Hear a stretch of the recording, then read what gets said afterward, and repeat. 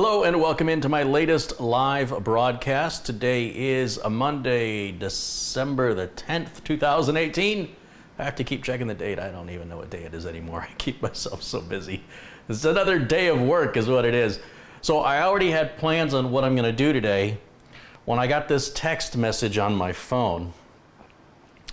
And it says that there's unusual activity detected on my Amazon account. So I better give them a call and find out what this unusual activity is. I guess that's going to be the first thing I need to do. Let's see what happens. You know that's a scam. You know that's not true, right? Let's find out.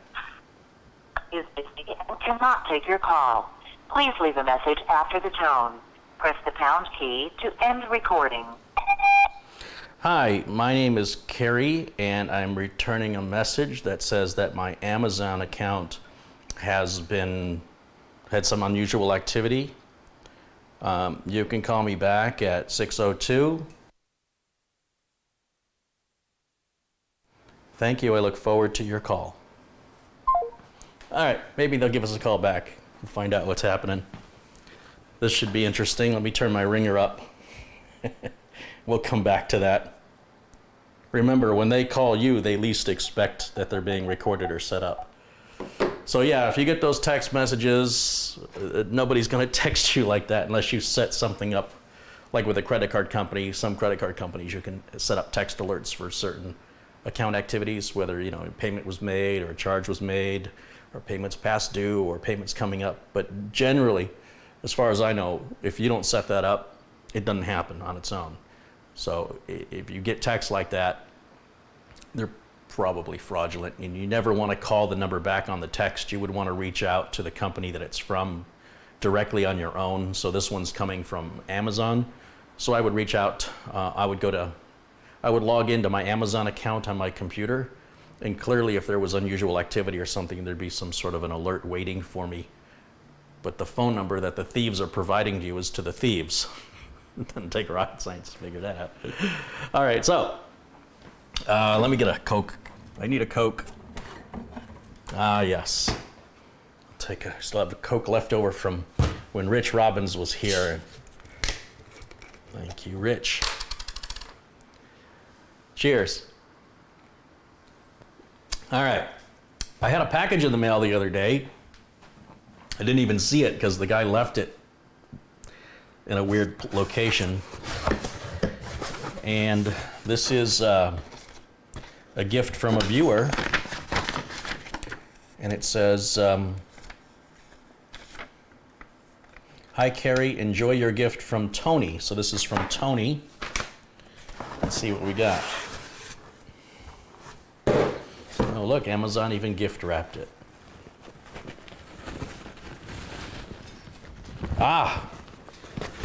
Perfect. It's the tripod heads that I was telling you guys about. It just turns out, actually, that I was needing one of these for the overhead camera. I was thinking there's got to be an easier way to attach and detach the camera, and I put a shoe on it, but the shoe's difficult to work with, and if I have all the same tripods and they all use the same shoe, and I can... Anyway, this is a perfect gift. Thank you for sending that, Tony. These aren't cheap. These run about, I think the cheapest I've seen them is around $80, between $80 and $130. This is not a tripod. This is just the head that goes on the tripod, and then the camera sits on that. But it's a really nice one, obviously, for that price. So again, a big shout out and thank you to Tony for supporting the channel. You rock. I'm gonna just set it back here and let me clear this stuff out of the way so we can get back to work from yesterday. Now, yesterday, I had gotten frustrated, and I did what I recommend you guys do when you get frustrated, and that is turn it off and walk away and come back after you're refreshed. I was hungry, I was frustrated, and I was just sort of at my wit's end.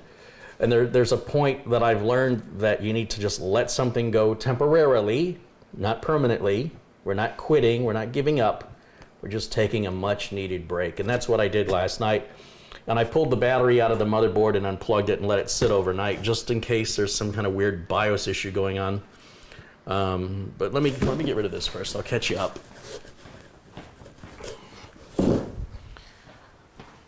Okay, so if you didn't watch yesterday's live stream, what I did is I replaced the motherboard in the streaming computer, which was a Ryzen 7 1700. And the reason I did that is because something appears to be wrong with the motherboard. It keeps having ghost USB items connecting and disconnecting randomly, and it drives me crazy because the audio keeps, every time something is plugged in USB, you hear that. Okay, so right now I'm on the Threadripper machine that I'm streaming from, and the whole thing just shut down on me. Well, not the whole thing. The OBS software just closed and took me offline. So I'm having problems with the Threadripper. I'm having problems with the old streamer, which is also AMD, and this is the new AMD system, and I'm having problems with that one. None of the Intel systems that I built I've had any of these issues with. And each system has its own unique problems. Threadripper has an issue with stability. I don't know what's going on there. Maybe a RAM incompatibility. I don't know. It's too inconsistent and too intermittent for me to be able to figure out what's going on yet, and it's not the focus of my my priority right now. And what happened? Let me see if this is gonna come back. I'm monitoring. Yeah, I had to refresh the page. Yeah, that's Threadripper doing that nonsense. So rather than just replace the motherboard and keep the Ryzen 7 1700, otherwise I have to, let me put it this way. I could send the motherboard in for RMA, but then I have nothing for 2 weeks while that process takes place. So my thought was I'll upgrade to the 2700X, which isn't much of an upgrade really, but it's an excuse, and get the new motherboard. And then I'll figure out what's going on with the other one and we'll find another home for it. I'll find another project for it. But now I'm having problems with this one. So part of my frustration yesterday was just like, you know what, let me just grab my Intel 8086K Nuka-Cola case. Let me just set it up here and make it the new streamer and be done with it. The problem with that attitude is not learning anything. So that's the voice of frustration talking. And well, when people see that word AMD and they hear the word problems, they start defending AMD. But this is about the... Okay, we're going to try again. The Threadripper just blue screened on me. I just had to reboot and restart again. I am really, really not liking AMD right now. And again, it has nothing to do with the AMD chip. It has to do with the motherboards. And these motherboards are leaving a lot to be desired based on my comfort and expectations from Intel. I'm not an Intel fanboy. Look, I just want it to work. And if the desire is to go with AMD because it saves money, then it's costing me too much in time, and it's costing me money. As you guys, are you annoyed at the fact that the stream keeps stopping? It didn't happen with Intel. It's happening with AMD. Am I just that unlucky that I've got a bad board on Threadripper, I've got a bad board on the 2700X, and I got a bad board on the 1700? I don't think so. Maybe they're all gigabyte boards. Maybe it's gigabyte to my, I don't know. But my Intel builds are also gigabyte boards, and those are fine. So I don't know what's going on, and it's not like I'm dealing with one problem. I'm dealing with 3. And on top of that, I still have customer issues to deal with. And everything else going on. So I have to pick something, it just gets to be this burden of things, and you go, okay, I just need to pick one and work on it. So with this system, the problem I'm having is the M2 SATA speed is about 20% below where it should be. Now, some people have gone so far as to say that's normal for a Western Digital Blue drive to run at those numbers. No, it's not normal. What it means is that other people are encountering this problem and they're not fixing it, and they're going, well, it must be the Western Digital Blue. And the reason I know that is I did a previous video where I performance tested the Western Digital Blues. And in that performance test, let's see, I can show you the results of the numbers that the Western Digital Blue drive performed at. Let me see, where is it? Images. Browse.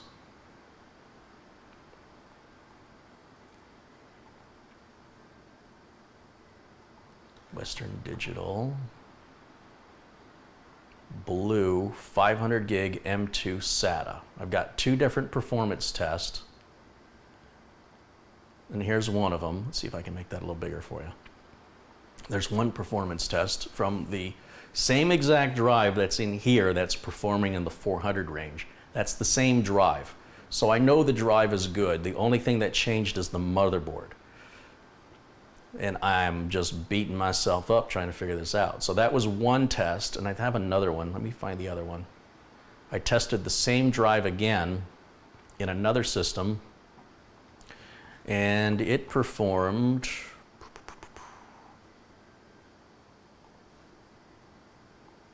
very similar. See how those numbers, here, let me move it off my face.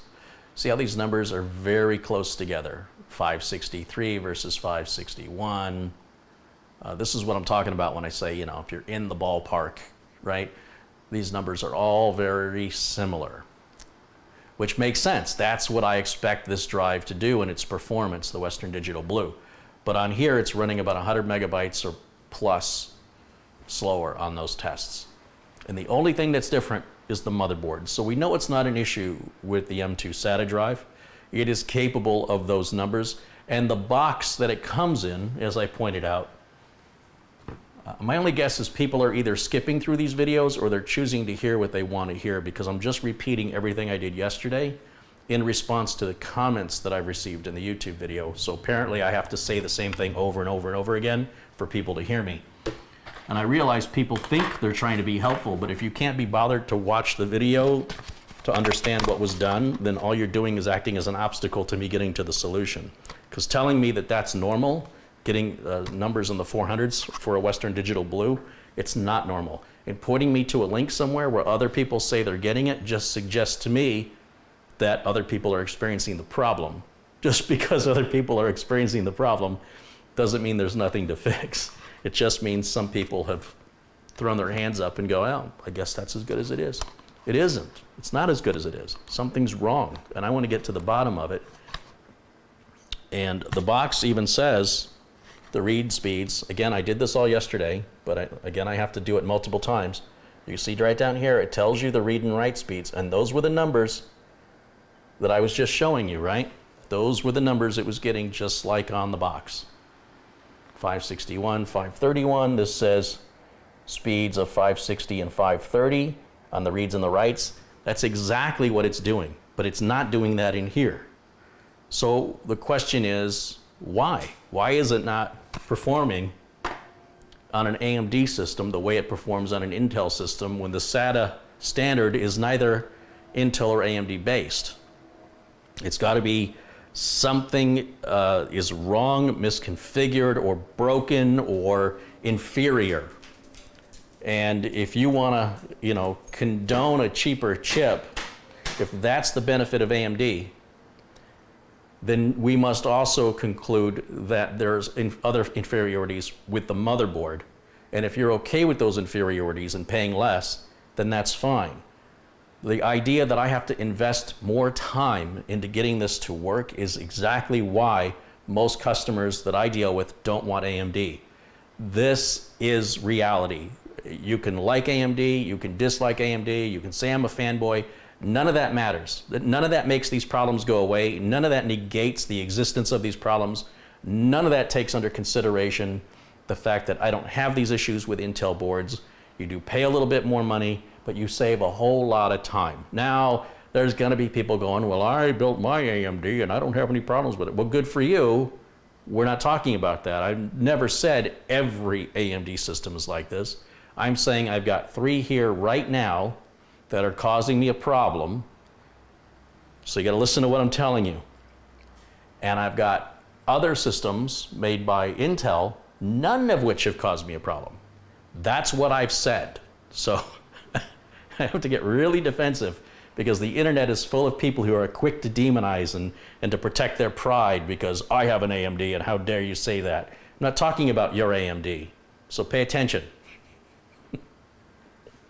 People. All right, so anyway, it gets a little frustrating sometimes. But there is clearly a problem here.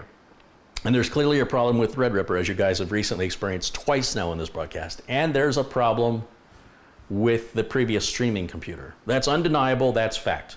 They are all AMD, that's undeniable, that's fact. They are all Gigabyte motherboards, but again, so are my reliable Intel systems that I don't have this problem with. The only thing that's different is the chipset and the CPU. That's it. All the other parts are the same. Same graphics card, same RAM, same SSD, same power supply, same. So, you know, you've got to, as a technician, as somebody whose job it is to diagnose, I've got to find what's different and isolate my attention and my focus onto what's different to try and figure out what's happening here. So it gets me a little angry when people go, well, that's normal. It's not normal. It gets me angry when people go, well, my AMD doesn't do that. Well, good for you. How does that help me to convey that information to me? So all I'm trying to do is solve a problem, not talk about people who don't have problems. I don't know what's the point of that. So anyway, let me give a quick shout out to some folks here in the chat. Jack Russell's contributed 99 cents. Hey, Jack, thank you for your contribution. And what else do we have in here going on? There was a contribution that was made before the stream got dropped. I missed who that was, so I apologize for that. Yeah. Let me just jump through some of these comments and see what I have missed.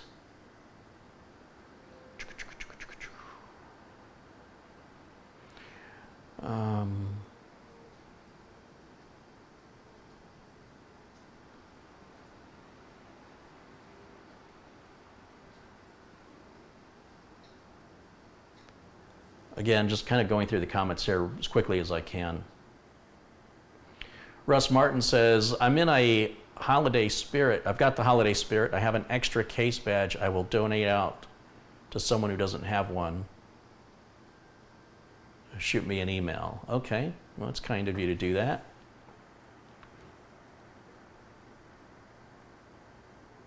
I have a friend who is a YouTuber. He's having huge problems with streaming software. Well, I don't have the problem on the Intel set.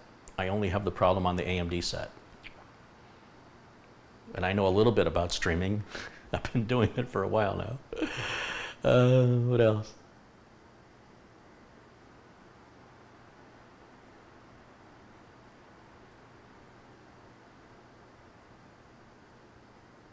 William Dawson says, no business would put up with the dropping issues. Yeah, well, for sure, blue screens interrupt productivity, and it's a very, that Threadripper is the most expensive computer in this building, in my house. And it's one of the least reliable so far. I will fix it. It will be fixed. I just don't know what the solution is, and I don't have the time, because as I went to try and fix the other AMD system by building a new AMD system, I got myself a new problem. Got to think about that. Maybe should have went with Intel, or maybe a different motherboard manufacturer.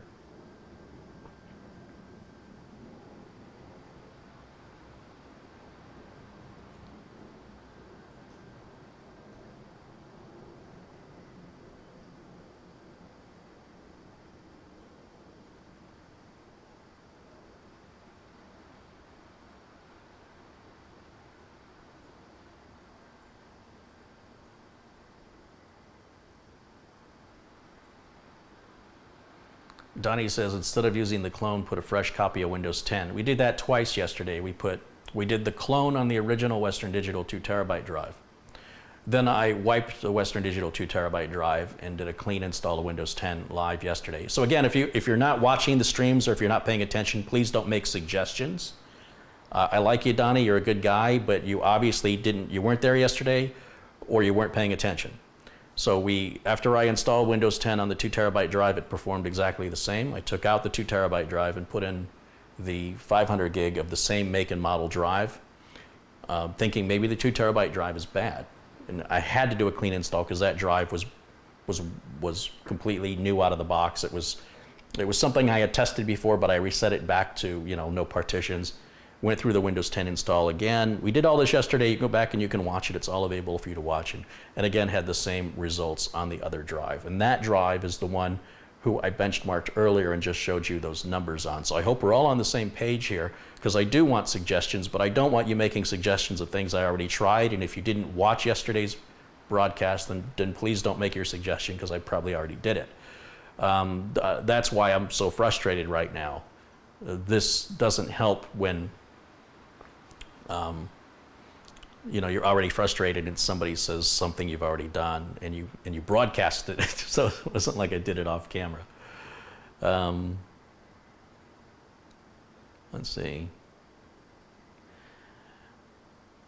Some people say it might be Microsoft's build 1809. I don't think so. No, it's possible, but I don't think so. I'd have to get an Intel board and an AMD board out side by side and just swap the SSD between them. That's really what I should do, but I don't have a spare Intel system. Well, I've got Nuka-Cola in the back, but I do have another AMD system I'm working on here, and I could just swap it out to see if that makes a difference. But let's do this. I've taken the battery out of the machine last night, and I let it just, I unplugged it, took the battery off the motherboard, and just went to bed. Let's fire this back up. Let's see if we get a BIOS error. Let's switch over to the video capture card here.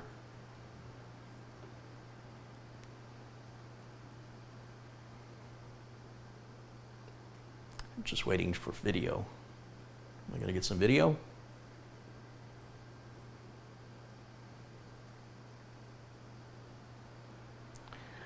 This is the part of the business, at the end of the day, this is why I stay in the business, because otherwise I would just be bored. If I always saw the same problems and I would always know the same answers, I would probably get out of business doing this, because I would just be so bored of not being challenged. So I've always said the business is either boring, because it's something I've seen a million times before and I can fix it right away, or it's frustrating because no matter how long I've been doing this, I still encounter from time to time new problems I've never seen before. I've been doing this professionally for 27 years. Of course, these type of M2 SATA haven't been around that long, but this behavior that I'm witnessing on these boards, and it's all different, right? The problem with the Ryzen 1700 is a different problem than Threadripper, which is a different problem from the 2700 that we're working on right now. So it's a little frustrating. So it booted up just fine. I'm surprised I didn't get a BIOS error since I left the battery out of it. But let me go to the Crystal Diskmark software, and let's just verify we're still getting the same numbers on this drive, which gave me higher numbers when I tested it in an Intel system.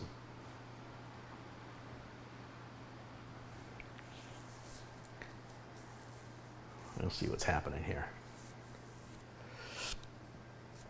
I'm sure I haven't done anything, so yeah, I mean, that clearly, clearly there's something wrong. Wow. Wow. I mean, that's, wow. Oh my goodness. That is just bad. That's so bad. I mean, I don't even know how to explain how bad that is. An SSD is about 3 to 4 times faster than a mechanical hard drive, but those numbers you're seeing is about 3 to 4 times slower than a mechanical hard drive. Oh.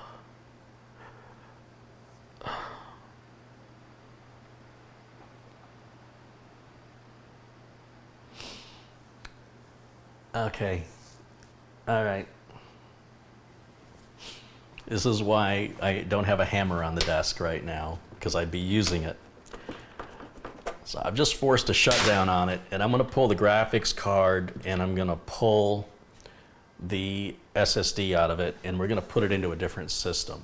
And it's an AMD system, and I want to see if the other AMD system performs any better, because that would isolate it down to the motherboard if that's the case. So let me go ahead and get this graphics card out of here since the M2 is back behind it. Oh, I got to unplug power from there.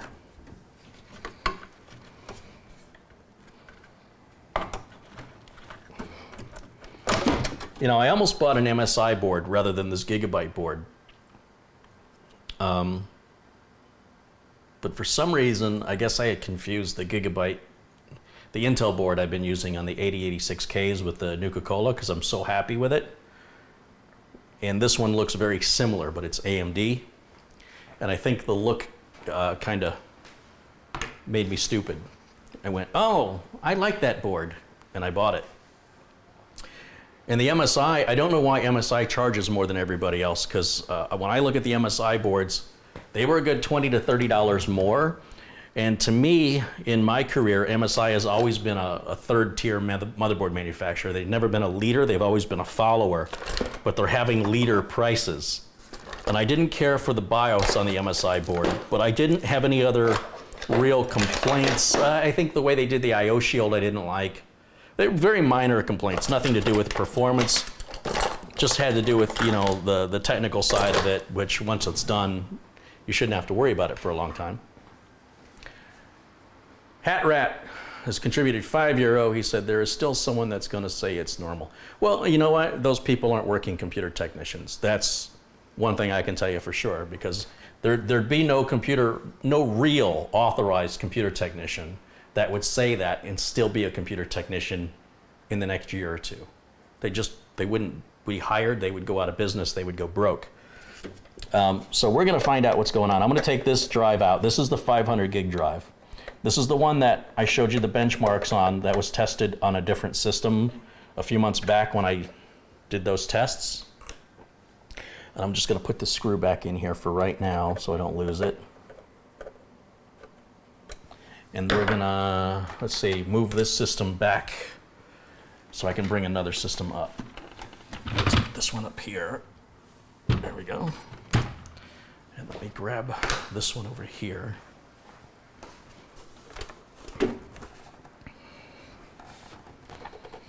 All right. Now, the reason I have this computer is this is the interactive build video computer that Mitch and I are working on.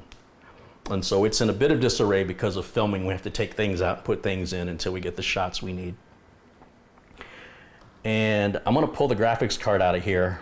It's got a Western Digital black in there right now. And I'm gonna pull that and replace it with the exact same drive that we just ran those pathetic performance numbers on. I'm trying to figure out what's happening. On occasion, we still run into people, which I'm guessing are watching from underdeveloped nations, and they're surprised they don't see me with a soldering iron and, you know, a oscilloscope. They don't understand or comprehend that nobody in America does that because it costs too much money. The cost of labor will pay for the new part many times over.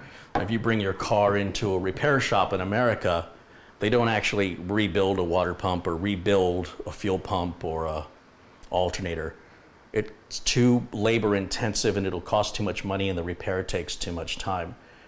So people are they can be very judgmental when they say, well, you didn't do a repair, you just swapped parts until you got the right part swapped. Yeah, that's how it's done. But the idea is that you're not swapping parts randomly. In most cases, I swap the bad part the first time and it's done. If you have to keep swapping parts just with no sense of logic, I don't imagine you'd be in business very long. It would take you too long and you'd potentially break too many parts in that process. And people would just say, you know, you're taking too long, it's costing too much money. So everything is about speed. Get it done quickly, get it done cheaply, and get it done right the first time. That's the other problem when you're in there with a soldering iron and stuff. Sometimes those fixes don't stick and you're back again. And you know, there are other countries where you don't have a choice, but in America, it is just simply cheaper by far to go buy another part than to pay somebody to repair that part. In fact, even the manufacturers themselves don't repair. They absolutely don't repair. If you have a bad router from Linksys or Netgear, they're not repairing those. When you send an RMA router back, those don't get repaired. They get sold off to a company that may recycle or refurbish them, which won't be in America, by the way. It'll be in a underdeveloped nation where that's profitable. And they just send you a new unit. That's how it works. So I feel the need to explain that because, well, many of you live in a developed country. There are apparently some viewers out there that don't, and they don't realize other places operate differently than they do. And so, hence the explanation. So, also, yeah, last night, thank you for mentioning in the chat, Gio. Reverend John O'Toole posted a video. He kind of looks like Santa Claus, so I kind of teased it as Santa Claus is upgrading to a solid-state drive. And he did a fantastic job, and it's a nice video. You guys should check it out. And my thanks to John for sharing the video with me. Okay, let me get the video card pulled temporarily. We'll put it right back in.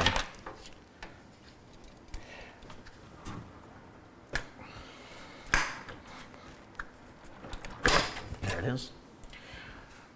Like I said, this had the Western Digital Black in there, so we're going to pull that one out.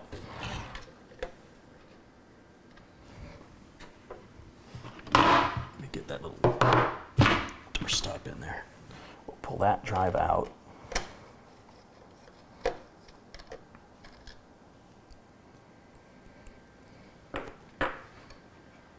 Okay, there's my Western Digital Black drive. I'm going to set it down, and this is the drive I just removed. This is the 500 gig Western Digital Blue that you just saw was getting 39 megabytes. mass sequential read speed, which is great. That's just great. All right. That's in there. Put the video card back in. Now we went from AMD to AMD, so maybe this thing will boot and I won't even have to do any driver updates or anything. Let's see. There we go. There's that. Let's give it video. Video. There we go. And then let's give it power. And let's turn that on. And, oh, I need keyboard and mouse plugged in. I'll plug that in right up here. Geez, I hope Mitch built this right. Let's see what happens. There we go. Alan has contributed $1. Hey, Alan, thank you for your contribution and your support. What I'm trying to do, oh, hold on. I have to give the video card power or we'll be sitting here a long time. Let's plug some power into that graphics card. Well, it wasn't even all the way seated. That was that click. All right, now let's try again. Yeah, you got to have power to the video card, Gary.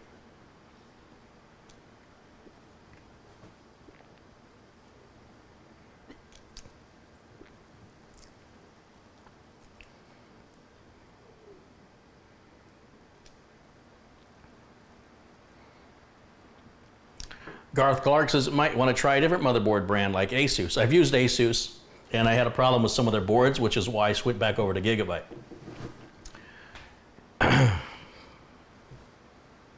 I'm not happy with the ASRock board I've got, so I'm done with ASRock. But I would still consider MSI. So if I went with another board, I'd go with MSI. But for me to send this back now, I'm going to lose money. So my preference is to fix it, which means I'm going to lose time. But if we all learn something, if I can make a video from it, then the video will generate income and that should offset it. But gosh, can you imagine selling this to a customer? You make very little money on the profit of the sale of the system, and then the customer keeps calling you with these problems and you're sitting there scratching your head going, it doesn't make any sense. And the customers put it all on you. They want it fixed. They want it fixed right. They want it fixed now. And they expect all that for free. And they have every right to. That's what a warranty is supposed to be for. It's that peace of mind. I've got the system I built, for example, the system I built with the Camtasia case with the glass panel on it. Customer's really happy with that, except customer says every now and again they hear a clicking sound. They hear a, it's hard for the customer to describe it, but the only thing that's in that computer that can click is the hard drive. And it's a Western Digital 6 terabyte drive. And so I had to run the Western Digital Life Diagnostics on it. And after the test ran, it took like 6 hours to do a full length.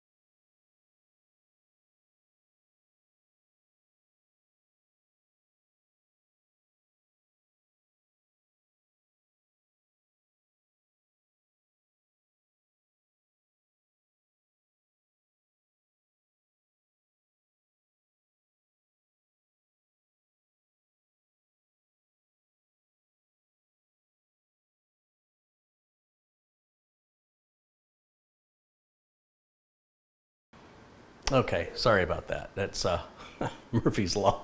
This is my day. This has been crazy stuff going on lately. All right, so here we've just booted back in, and I'm not going to change anything. I'm just going to go right back to the Crystal Disk Mark software. All I did is move the drive to another system, and let's run the exact same test again. Now, this is a gigabyte board. It's an AMD chip. That's why I don't believe it's the AMD chip itself, but the chipsets that the board manufacturers are using. I'm just going to walk away now because I'm really disgusted. It's running like it's supposed to. And that's just emphasizing to me the problems with the motherboard. That's what I'm disgusted about.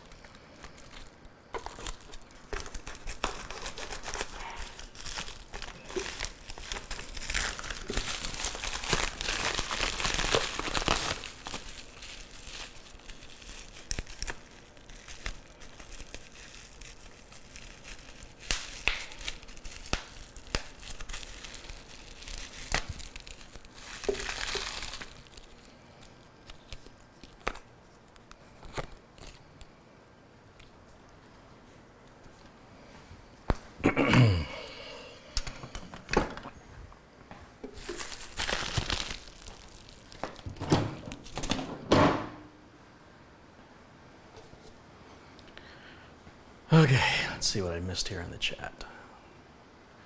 Niles Van de Sand has contributed €5. He says, is a 4K monitor for productivity becoming mainstream? No, it isn't. Is it a good upgrade from a full HD monitor? You have to decide that on your own. You need to go and look at them and decide what looks good to you. You're assuming you and I, or you and anybody else, see things the same. What I identify as the color red may not look the same to you. What I taste that I like, that tastes good to me, may not taste good to you. I think that the 4K monitors generally are better for younger people with sharper eyes. I certainly don't recommend a 4K monitor to anybody over 40 years old.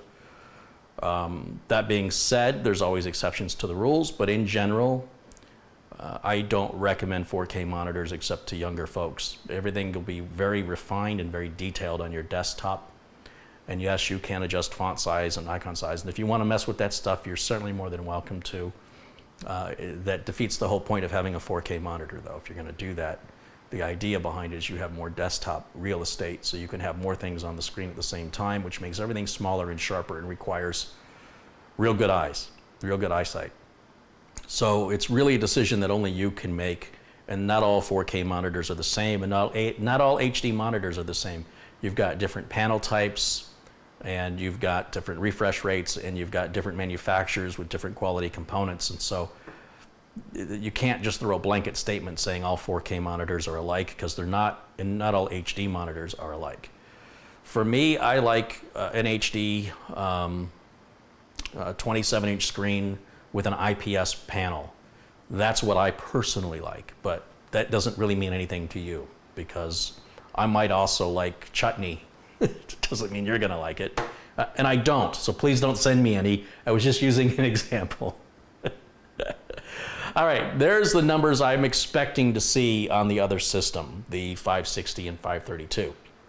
Now, AMD chip, AMD board. So clearly, it doesn't affect all AMD systems, but the fact that it hasn't affected any Intel systems, and the only systems I'm experiencing these problems on are AMD-based, they're, AMD chipset.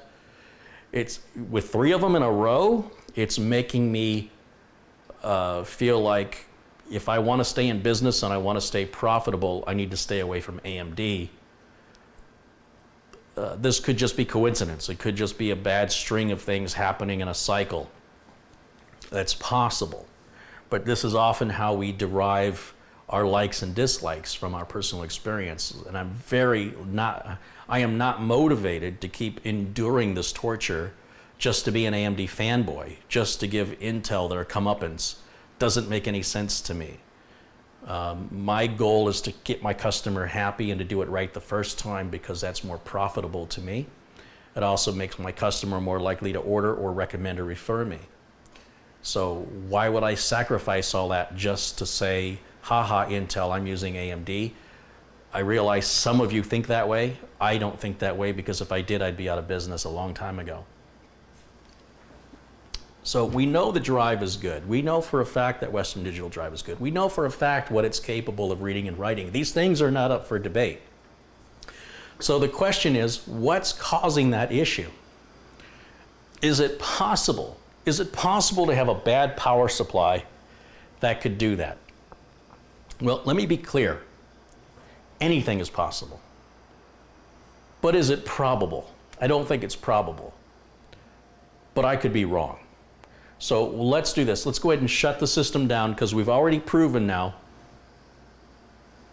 the drive is fine and it works like it should. And these are the numbers I'm expecting to see on the system I just pulled it out of. I'm so disgusted with this, you guys have no idea, because this should not be a problem.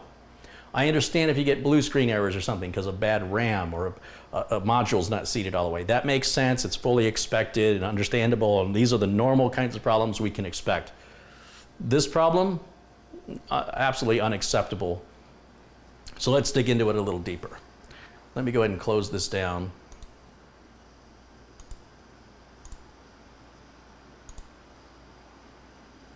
And let's switch over to the main camera.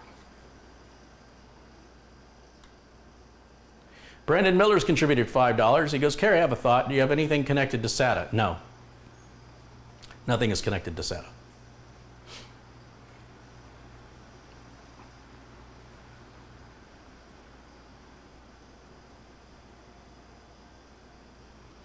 Seth says, if you look at the reviews on Newegg, you're not the only person having this issue.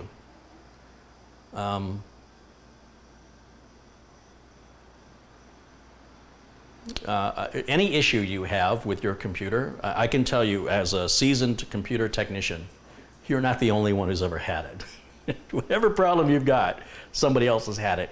Unless you've got brand new hardware that just came out, then you'll be a pioneer. And only then would you be somebody who experiences problems others haven't experienced yet. So I'm not surprised other people have experienced it. What I'm interested in is what they did to fix it. Do any of the reviews state that information? Because that would actually be helpful to me. You used the wrong graphics card. No, I didn't. What difference does that make? We're dealing with So this is sometimes annoying too. Sometimes I'm trying to teach a lesson and somebody's looking at something that has nothing to do with the lesson. So try and stay focused on what we're doing. We're not testing graphics. Graphics has nothing to do with data transfer. They're not related in any way.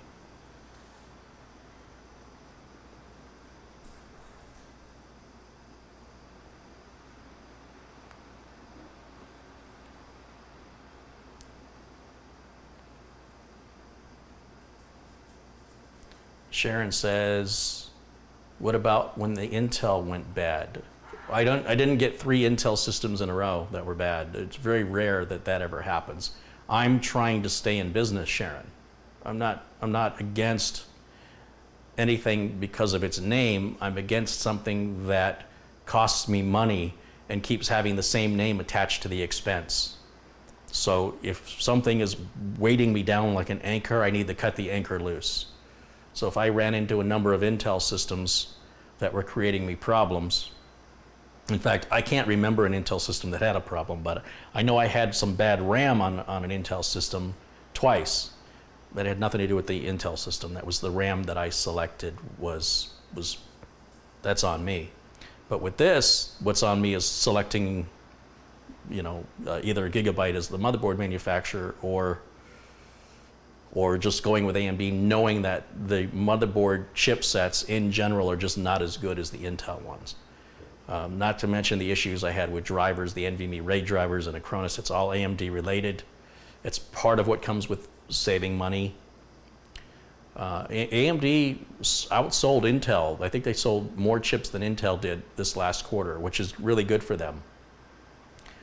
But I think AMD needs to audit the motherboard manufacturers because it's making them look bad. It's not like AMD made the motherboard.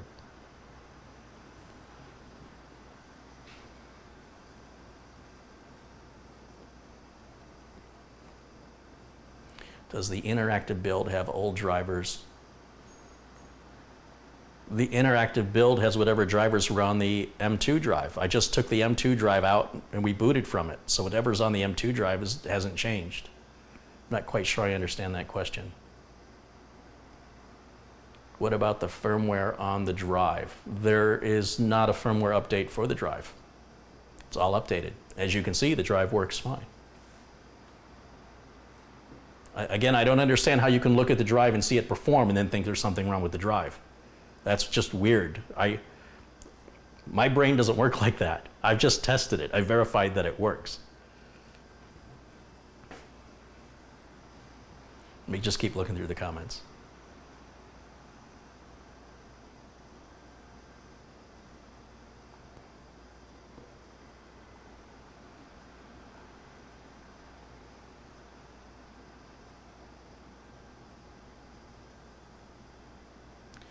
Catherine seems to be stuck on the BIOS update, referring to the operating system.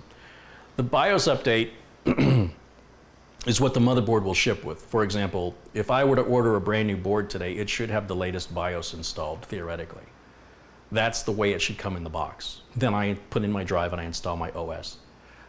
I'm afraid you got confused because it says if you were updating the BIOS on a pre-existing system with a pre-existing Windows install, they're advising you to update those drivers first before you apply that new BIOS. That didn't affect us. That doesn't impact us. This is a brand new build, and so that has nothing at all to do with it. There's a clean Windows 10 install after the BIOS was updated.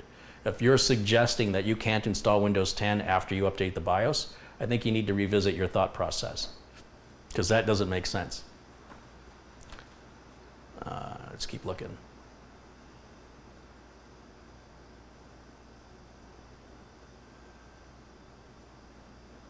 Is it possible that RAM speed is causing the problem? Well, again, RAM speed is not related to data transfer speed, but anything is possible. When it doesn't make any sense, we can't rule anything out until we swap it. That's the only way. But we're talking about what's possible. Is it possible a meteor could fall through the sky, go through the ceiling, and land right on me right now, or before the end of the stream? It's possible, but is it probable? It's probably not going to happen. Probably not. So it's probably not the power supply, and it's probably not the RAM. It's probably not the video card, but it could be. It's just be really, really like bizarre and rare, like time to buy a lottery ticket rare for these events to happen. But yes, it's possible, not probable.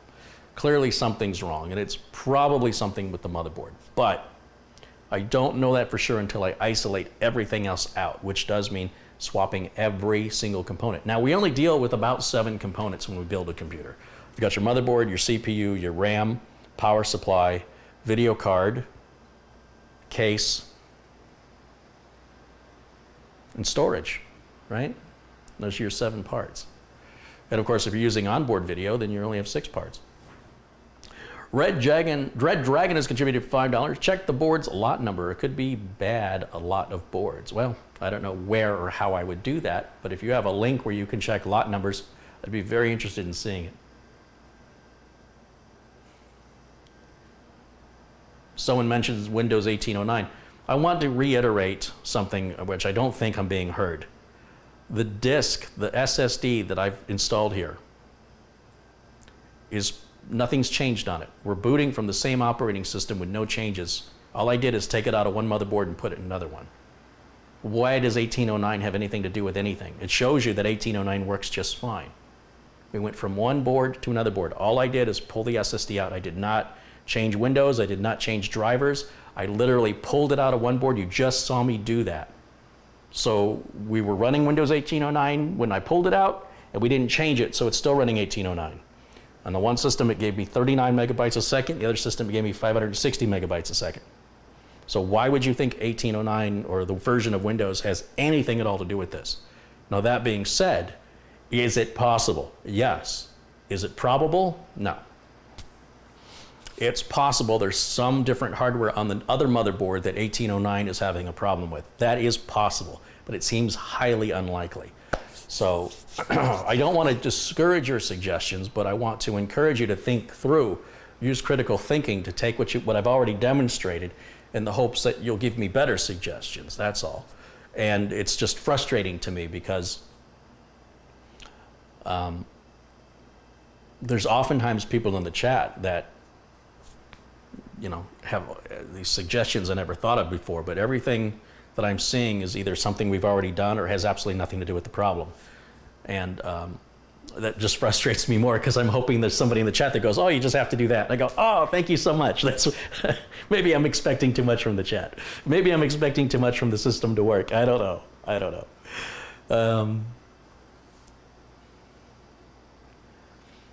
just looking through the comments. Tim Burchard has contributed $10 to try a different brand of M.2 in the problem system. I don't have another M2 SATA. I've got some M2 NVMe drives, but I really need that system for the streamer. It's got to have a 2 terabyte main drive. Now I do have a 2 terabyte ADATA SATA drive, which I could hook up, and I was thinking about that. I imagine it's going to run exactly the same, but who knows? I mean, maybe there's a pin damaged in the socket for all I know. Anything's possible. So let's try a couple things. Let me get this unplugged, and let me put it back the way it was. So we'll take the graphics card out so I can get the M.2 out again. Come on. Oh, I gotta unplug power. Power cable off of there.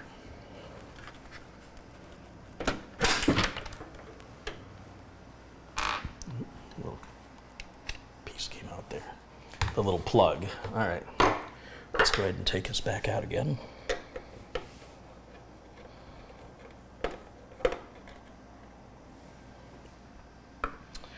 And we'll put the Western Digital Black M.2 that was in there. We're going to put that right back in where it was. There we go.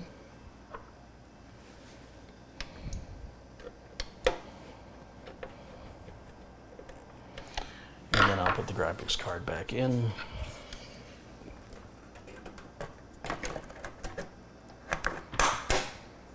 And I need to secure that, and we'll put it back where it was.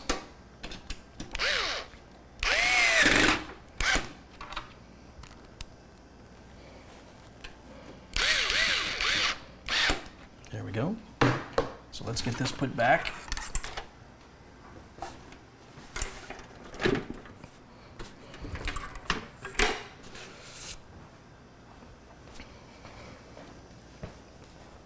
We'll bring this one back up.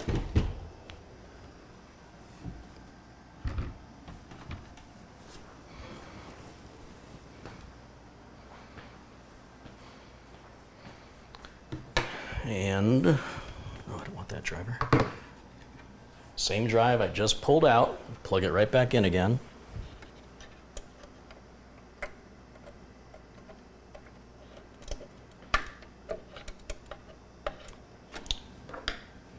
Forgot I left the screw in there.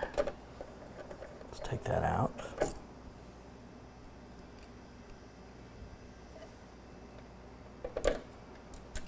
Oops.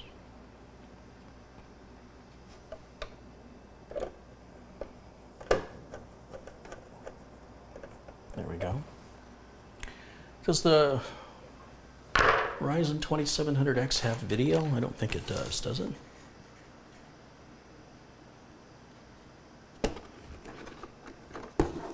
I don't believe it has graphics built into it, so we're going to have to put the graphics card back in it. So let's throw that back in again.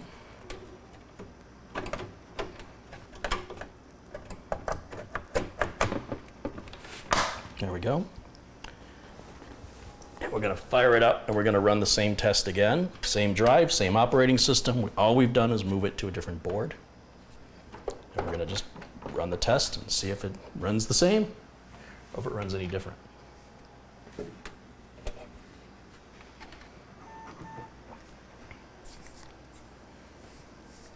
Only the G series Ryzens have video.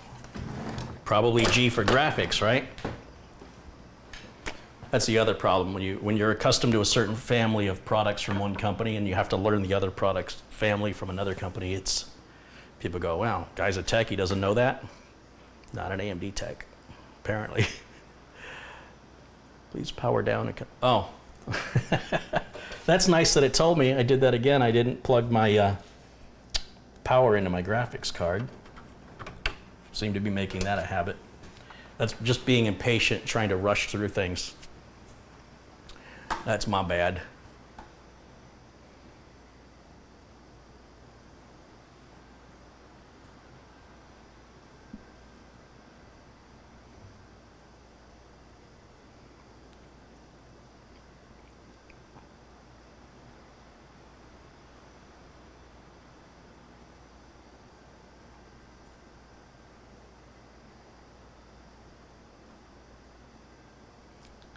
Greg's asking about older system versus newer system. They're both brand new systems, Greg. They're both brand new.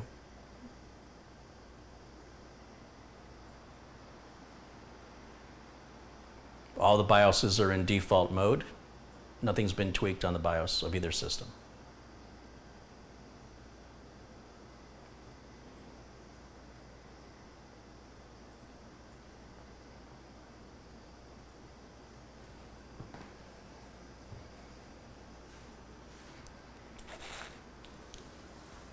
It even takes longer to boot up. Let's go back and, oh, I need my Wi-Fi, my keyboard mouse dongle plug back in. All right, let's try again.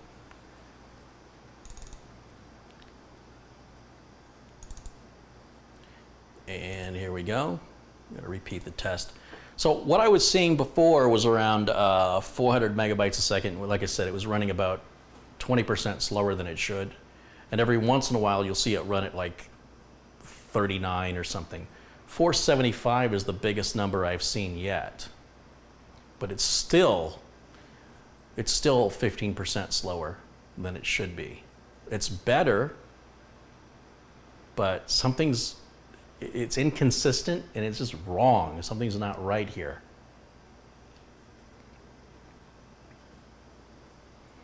What about downgrading to an older BIOS?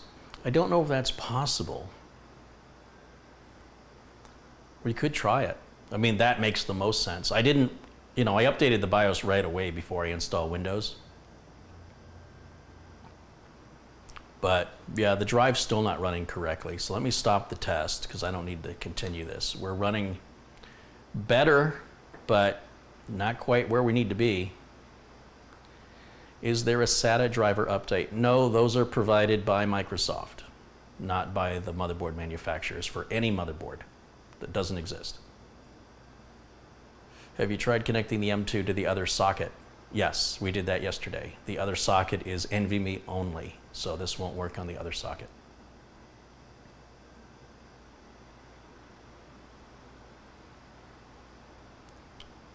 So let's go ahead and close this out and let's shut it down, and let me grab a just a generic SATA 2.5-inch drive. Let's start with that.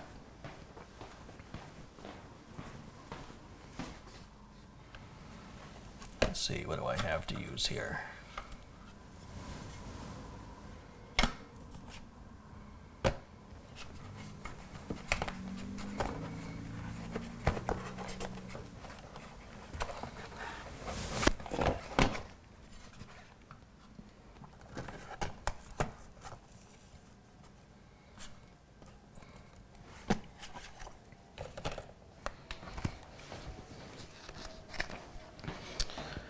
Okay, I got something here we can use. This is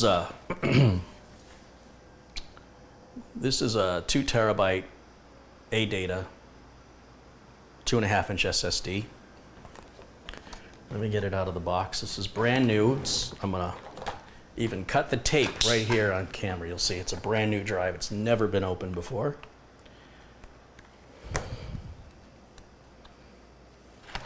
There we go.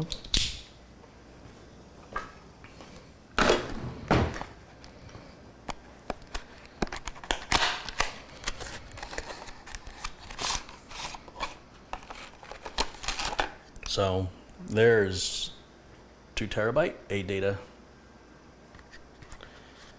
We'll set that there, and let's see, I guess I can just use the SATA cable and the power cable going to the DVD drive. We'll just borrow that. Oh, wait, I got power cables here. We'll just grab one of these power cables, just like so.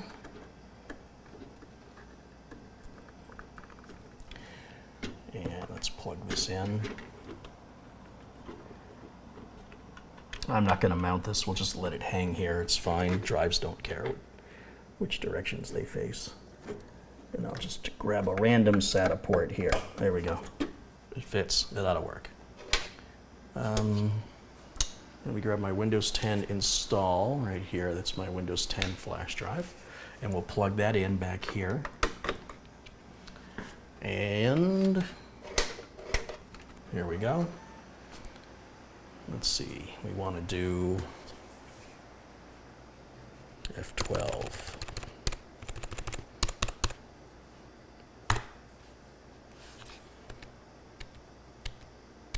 There we go.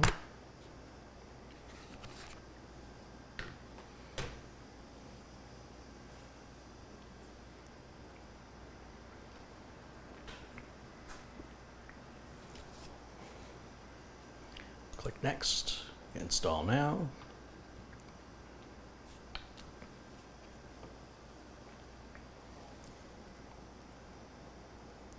Don't have a product key. Windows 10 Pro, next. Agree to the license agreement, next. Custom, and we want to use drive 0, which is the 2 terabyte drive. This is the 500 gig drive here,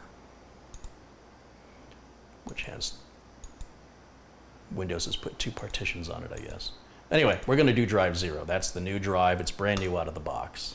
And we'll go ahead and let Windows 10 partition format and install Windows 10 on that. Then we'll install the AMD chipset driver, and we'll run Crystal Disk Mark again, and we'll see how it runs. I don't know why people seem to be hung up on the firmware on the drive when you can see the drive works. Would somebody please explain to me why you think the drive firmware needs to be updated when I just showed you the drive works? I just want an explanation as to what you're thinking for that to make any sense.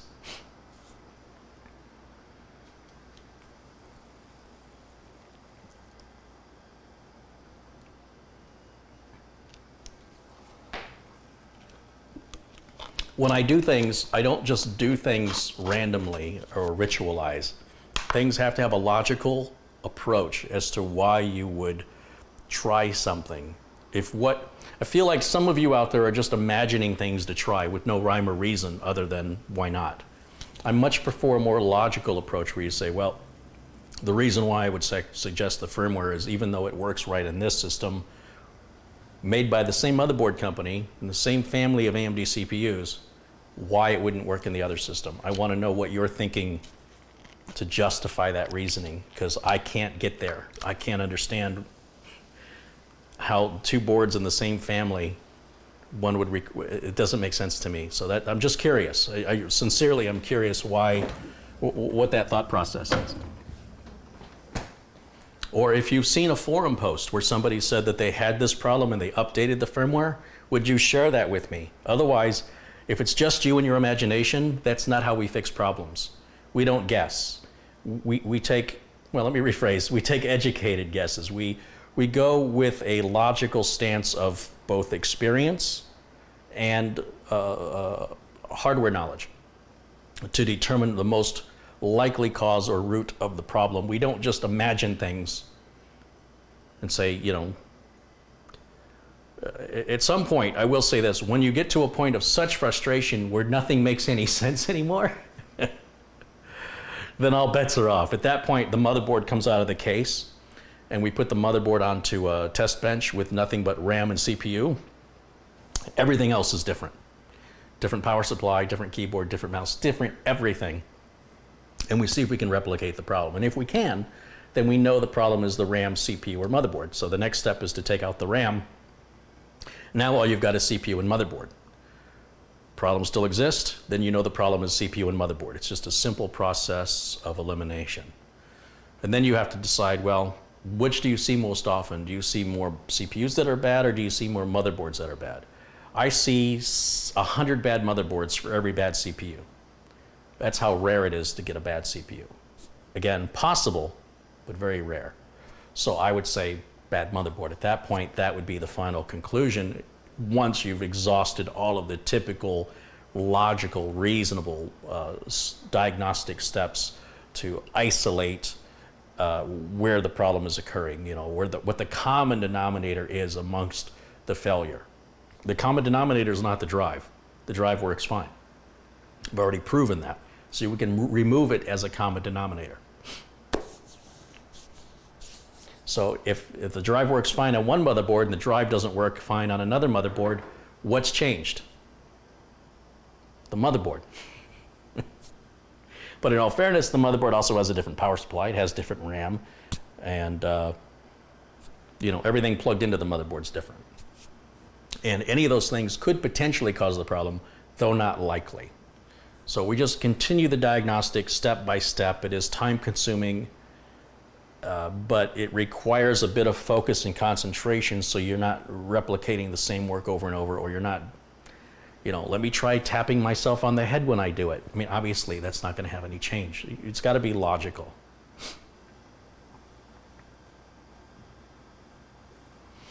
Scott's Lad 469's contributed £9.99. He says, don't fret with the motherboard. Have a cola on me. Thank you.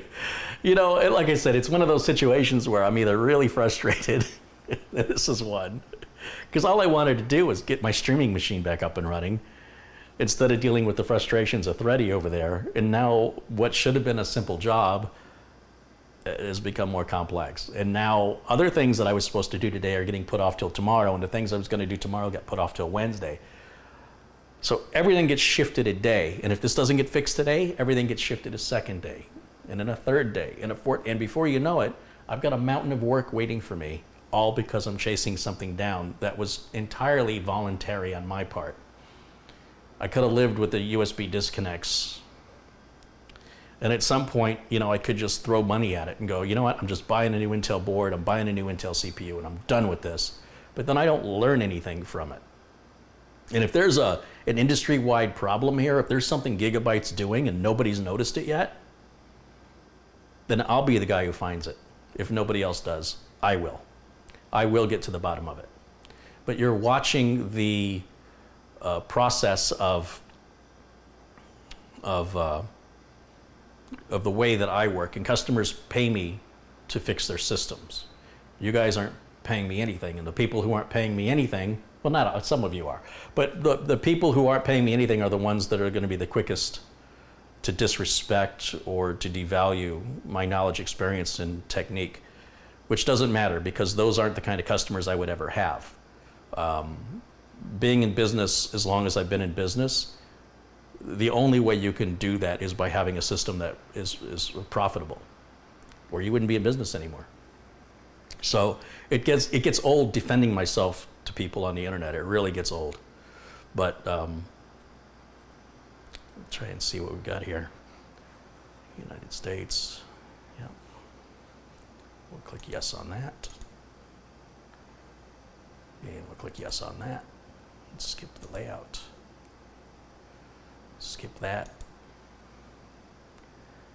Connect now. No. Username will. Why is it at? Oh, yeah, because we're doing a new install. I forgot.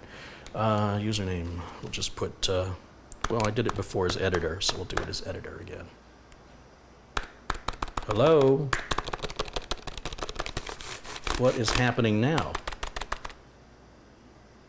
I don't even know what I just did. It's not working.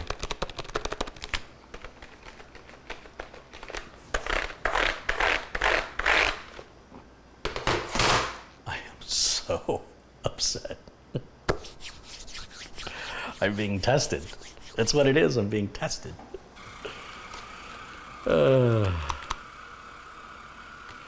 It's nice to know the backspace key works. Editor. Password. Decline. I must have pressed a key to make the screen look bigger. I don't know what I did. That's frustrated. We'll click no and click no. Everything's huge. No, no, no, no, no, accept.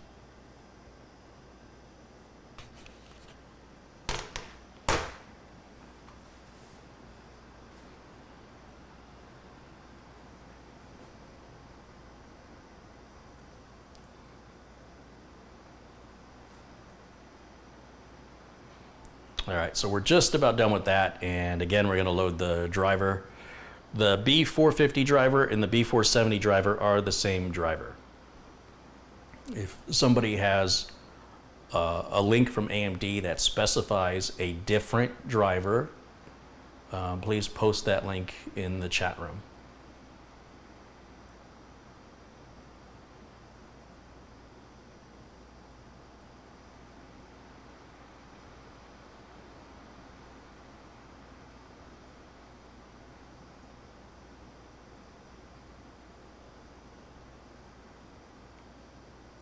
So I'm looking through the chat as I'm waiting for the system, if you're wondering why I'm staring off into space.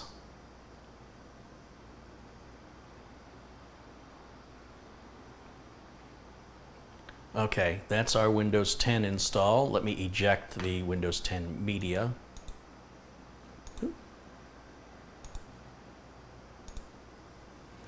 Thank you. And let's put my utilities media in there so we can load the chipset driver. There we go. Let's open that up. And we want, what do we want? We want Crystal Dismark and the AMD chipset drivers right here. So this 18.1, these are for the 450, 470. They all use the same. The chipset driver actually looks and sees right here. It'll see what chipset we've got. It'll make sure it's the right one before it installs, and then it'll check the version and then offer us the update if it's applicable.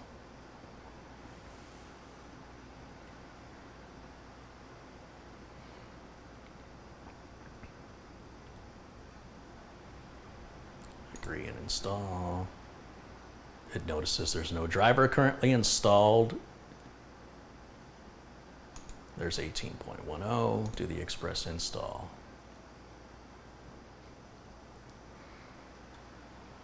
Take the broken PC out and shoot it. Yeah, I'm with you. Let's hit restart. Let's take a look here.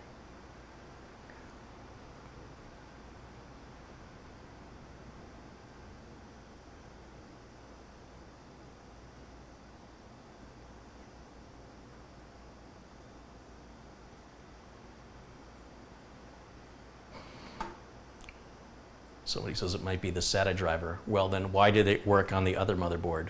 If it's the SATA driver, it's the same driver. All I did is move the drive from one board to the other board.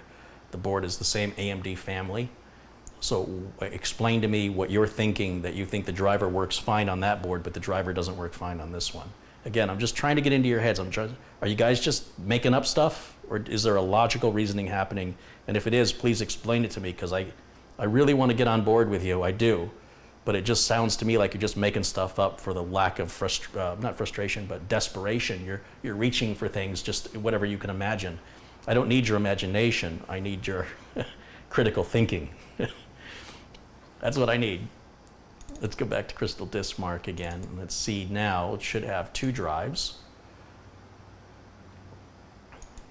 The D drive now should be the, let's see here, this PC. So that's our, drive F is the M2 drive. All right, this should be interesting. So we're going to test drive C, and then drive E is the flash drive that I was just copying files from. So let's get that ejected. In fact, let me close this for a minute, and let's eject. You never want to remove a flash drive without ejecting it safely first, because if the OS is writing anything to it, you may not be aware of it. You can corrupt the whole thing. It's been the case with Windows before, and it's still the case with Windows today. So, well, you can usually pop a flash drive out, and you're usually lucky. My flash drives are more expensive, and it takes a minute. The button exists for a reason, ladies and gentlemen.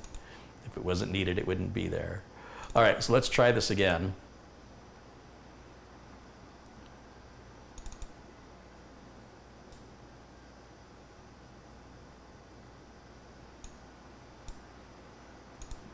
Okay, so C drive, let's see what kind of performance numbers we get.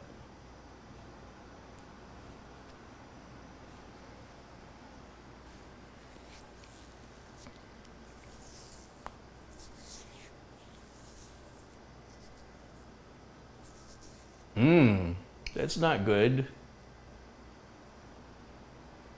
Well, that's interesting. So we know it's a SATA problem, and we know it's not a socket problem at this point.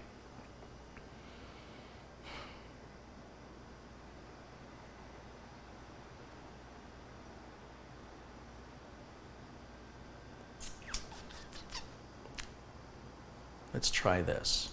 Let's shut the system down. And what can I disconnect off this motherboard? What is plugged into it that I absolutely don't have to have? Front port audio, front port USB, the fans. Okay, so I'm going to go ahead, once the system shuts off here, and I'm going to disconnect those things I just mentioned. I don't think they're going to result in any difference, but we'll try. If the system will shut down.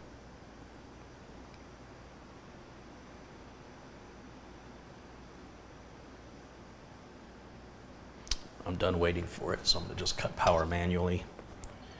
And let's see, we'll pull front USB, we'll pull front audio, we'll pull front case fan, and we'll pull rear case fan. So those are all items now that we removed from our equation. And let's turn it back on. And repeat. Rinse and repeat.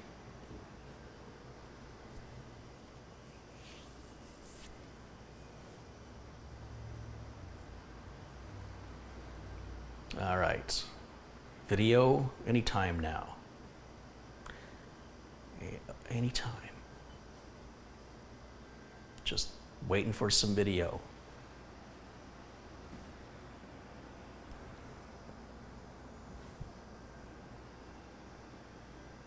Why am I not getting video now? System is dead.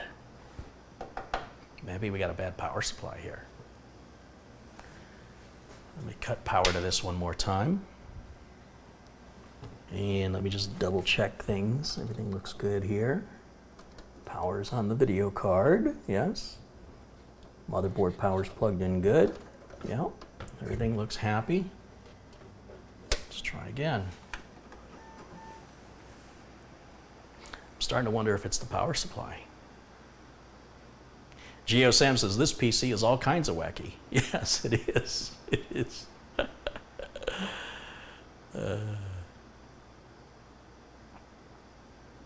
Wow, that booted a lot faster. Which did it boot to, though? Did it boot to my M2 or did it boot to the... I don't even know. Let's see. Let's take a look. Oh, this isn't going to work because I disconnected the front USB. Let's go back to the back. Back to the back. There we go. Okay. And I need to figure out which is my C drive now. Is it booting to... Okay, it is booting to the 2 terabyte drive. I don't know how it's making that mind up and how it's doing that, but that's what I wanted. We'll go to Crystal Dismark Portable, Dismark 64, and let's see if we have better numbers.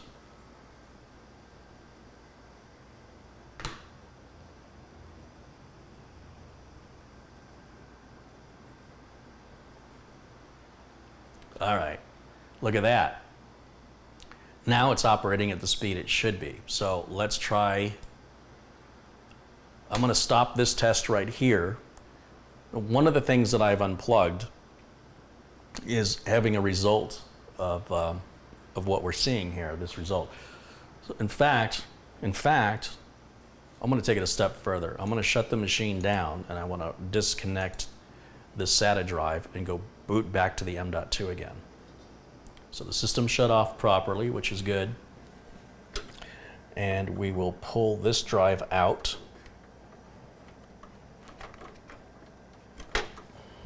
Put that back up where it was so I don't lose it. Just putting the SATA cable back on the on the DVD drive here.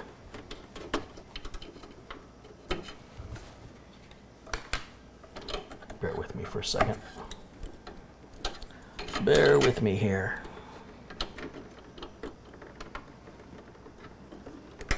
There it is. Okay. All right. Now all that's left is the original Western Digital Blue 500 gig M.2 drive. So I want to boot to that and run the test again to see if the front USB port is causing that. There's no other data transfer with regards to the front port audio, but there may be something wrong on the front panel of the Corsair case. That's entirely possible. It does seem like it's booting a lot faster. That felt really fast to me. So let's take a look.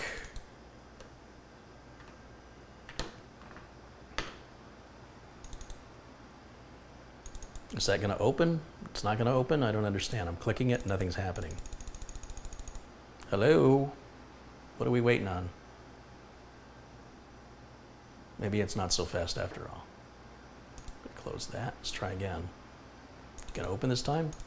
Nope. Yeah, something is really flaky here, folks. Might be jumping to conclusions with that USB port. Something's really bogging it down here.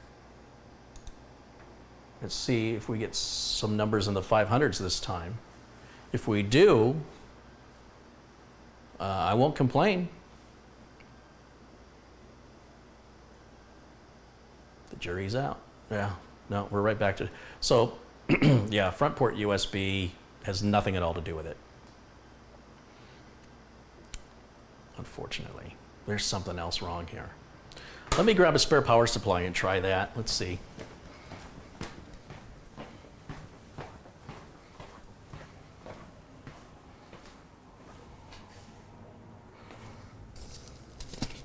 What do I have? What can I use?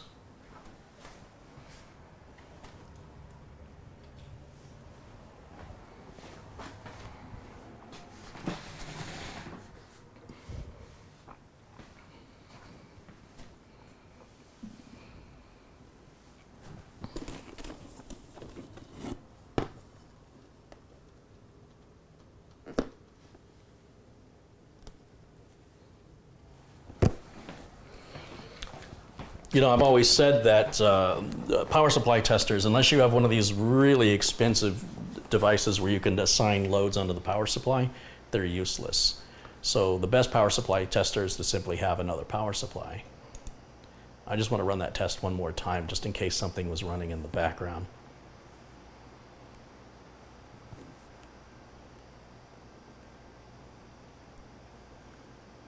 And this is a really cheap power supply. EVGA sells these for about $30. It's a 500 watt, which might be a little bit weak for our needs, but unless we start to push the system, we're not going to hit 500 watts anyway. So let me just stop that test and let me shut it back down. And let's get the power supply exchanged. Because I can tell you from past experience that when you have a power supply that's bad, there's two, look at this, what's going on here? Why is this not, finally, there's two behaviors where a computer will act unpredictably if you have bad RAM or bad power supply. And those would be the first two things I would check on this. I can't even shut the system off. It's just not. So I'm just going to flip the switch on it. Nothing on here. We're going to lose anyway. And let me get this brand new power supply out of its box, and we'll hook it up and see if we have any better luck here. See if this explains anything.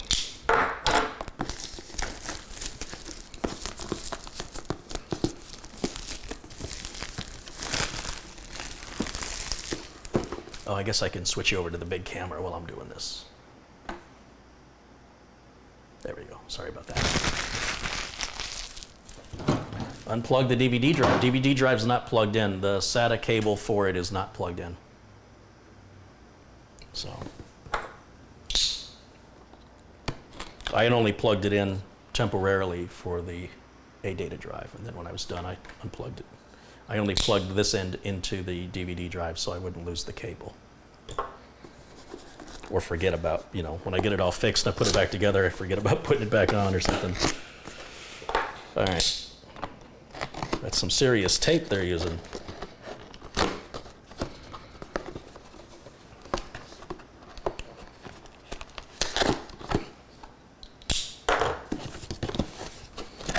Now this is a cheap power supply, figuratively and literally, but it'll get the job done. And if you're on a budget, you know, you don't need to have the best power supply in the world. Just don't buy the worst one.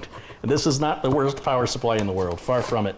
This is about as cheap of a power supply as you'll ever see me use, because time is money, and again, customers don't care what parts you use, they just want it to work. So I've had really good luck with EVGA. I have had one of these go bad, and I just threw it away. It's not worth even mailing back for RMA.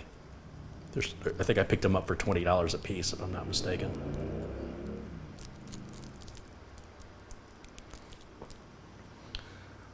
All right, so I'm not even going to install this. All I'm going to do is plug in the motherboard power and the video card power, and we'll power it back on, and we'll try again.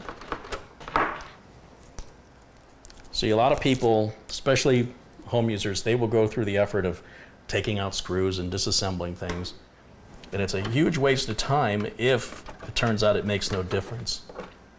And so one of the ways that a working technician in a professional atmosphere handles the load of calls they've got every day is to work as expediently and as efficiently as possible. And by the way, your reward for that is getting more work, just so you know. They'll say, hey, you did a good job with that. Here's some more to do. So let's see if I can get that plugged in. Plugging a cable in might be beyond my capabilities if you believe what you read on the internet. Come on. There it goes. And let's take the 8-pin CPU power off. Where's my 8-pin?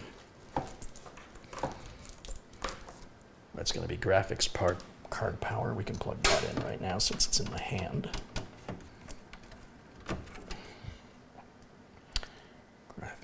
Hard power.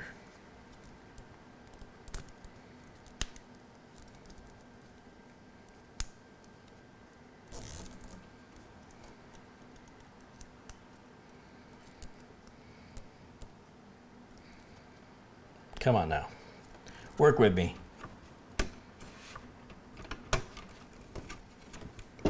There it is. There we go. That's still seated well. And then the other braided cable. On this EVGA power supply, you see I've got these flat cables. That's all your SATA cables. And then the braided cables are your motherboard power, CPU power, and graphics card power.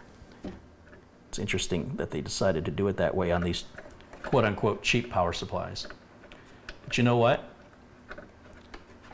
10, 15 years ago, when you bought a power supply for this price, you didn't get anywhere near that quality. Okay, let's try again. Oh, can't plug it in there, can I? I gotta plug it in over here.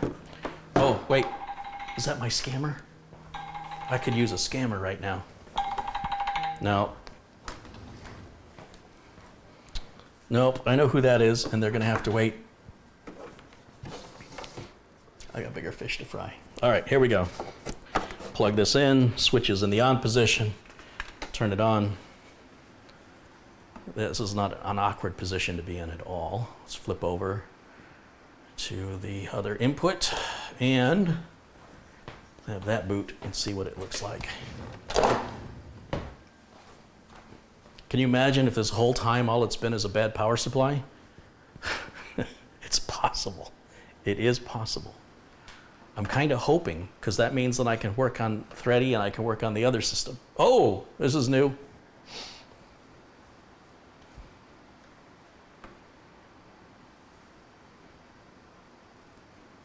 Hardware abstraction layer initialization failed. Huh. Okay. That's Hal. Hal says, I'm sorry, Dave. I'm afraid I can't do that.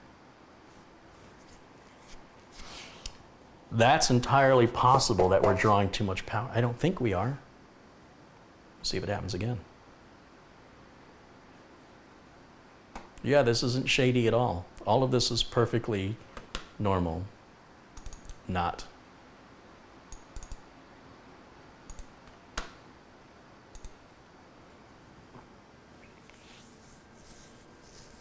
Okay, we're running the test again. The mouse was clicking like it's supposed to. No, still read speeds are pathetic. Absolutely pathetic. It's not a power delivery problem. We're right back to where we were.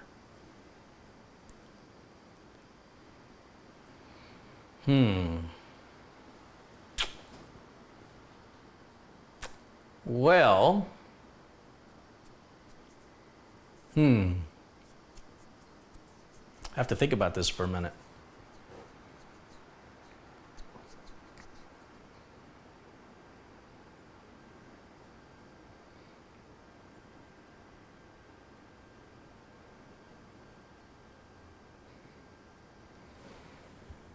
Brand new board, brand new SSD, brand new chip, brand new power supply. Same problem. Same RAM. Haven't swapped the RAM yet. Tell you what. I'm going to remove a stick of RAM. Let's do that.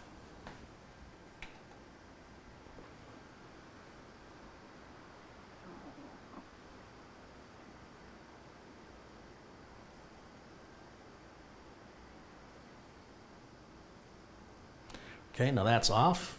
Make sure I cut the power on the power supply. I'll just leave this power supply hooked up, and I'm going to remove the module out of socket 3. These are G-Skill. Here, let me make the screen bigger, you can see it. G-Skill Flare X RAM, specifically designed for the AMD chips. Although that's mostly just marketing hype. It's not like some RAM is more friendly with AMD than others. That's ridiculous. If RAM conforms to industry standards, it works equally on all platforms. So DDR4 should be DDR4 regardless of Intel or AMD. Or Motorola or anybody else if there was such a thing. So keep going back to that power supply. Let's flip it back on. Now we're going to boot with 1 stick of RAM. That's still 16 gigs of RAM. And let's flip over to the other input. And if you're just joining, it looks like we have over 1,000 people watching. If you're new here, thank you for watching. We have, we normally don't see this many people watching, which is good. So welcome in, everybody. This is the safest place on the internet. We don't deal with people bullying or being nasty. We're a supportive community, and if you want to be supportive, you're always welcome in. And if you want to be a jerk, you're going to find a lot of people in blue who are going to kick you out real quick. So, but you know what?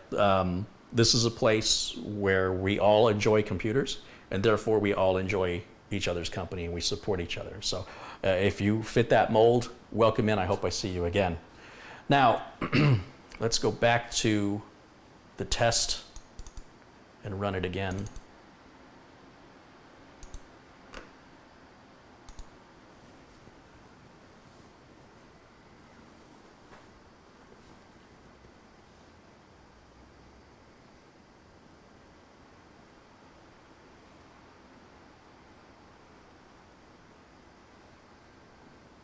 Now, we're still in the 400s here. So it doesn't seem to be RAM related. However, I'm going to swap the RAM out entirely. I have some extra RAM here. I don't need this test to go any further. The first result should be in the 500s. Christoph Esch has contributed €5. He says, have a Coke on me. Hey, thank you, Christoph. I appreciate that. Christoph watches us from Germany. With 1,040 people watching now, why don't you all let me know where in the world you're watching me from? Put that in the chat if you don't mind. Tell me what state and country you're in, if a state applies. And then, well, that's shutting down. Oh, that happened awful quick. Well, the fan's still running. There it goes. It's off. And then let me flip the switch off on the power supply, bring it to the main camera. Okay, let me get some different RAM. I'm telling you, I'm going to swap everything out here. More RAM, more RAM. Let's see. Here we go. Got some RAM right here. It's a little dusty. Still in the case. Wow, look at all these places all over the world. UK and Belgium and Boston, Massachusetts, Cleveland, Oregon, Atlanta, Denmark, Ireland, Alabama, Florida, more Denmark. Of course, Catherine joins us from Columbia. Let's see, we got Pennsylvania. Is it Olathe or Olathe, Kansas? I never could figure that out. Oh, Sweden. Someone joins us from Sweden. More people from the UK, Australia, Canada, Serbia, Texas, Oklahoma, Charlotte, North Carolina. See, this RAM's never been opened. It's still taped shut. This is just some RAM. It was on sale. I bought it just to have it for occasions like this. Let me grab my box cutter here. Portugal, Virginia, Calgary, Canada, the Netherlands, Manchester, England, Louisiana, Macedonia, Indonesia, New York, London, Ontario, Canada, New Hampshire, California, New Mexico, Romania. There was a story in the news. A couple was getting married, and they were, I don't remember what state they were in, but they showed their driver's license, and it's New Mexico, and they said, well, you need a passport. He's like, no, New Mexico is a state in the United States. Let me go check with my supervisor. You gotta love Americans. I love Americans. I love my fellow countrymen and how stupid they are. I thought New Mexico was a country. All right. Welcome in, guys. I'm glad to see you in here. I'm so happy you're joining me today. A great turnout. I'm just gonna put 1 stick of RAM in because that's all I have the patience for. So we're going to pull the other module out because I honestly don't think that this is going to be a problem, that this is going to be a solution, I mean. But again, you have to test it. If you're a good technician, you have to test everything until you find the solution. Because if you're not finding the solution, it's the thing you didn't test. Because you went, oh, it can't be that because this other thing is working. You know how frustrating that is to hear that over and over and over again. And then I go, you know what? Just let me do it. Then I fix it and they go, how'd you do that? And I go, well, I changed that part out that you said couldn't be because you couldn't be bothered to test it. It helps if I put the RAM in the right way though. I did have it in the right way. For some reason it wasn't seating. Never force anything on a computer. Everything should seat properly. If you have to force something, you're going to break it. All right, let's flip the switch back on. Let's boot it back up. Let's do this again. All right, here we go.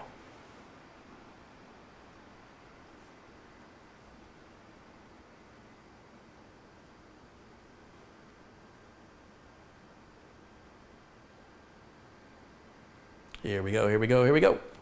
Booting up.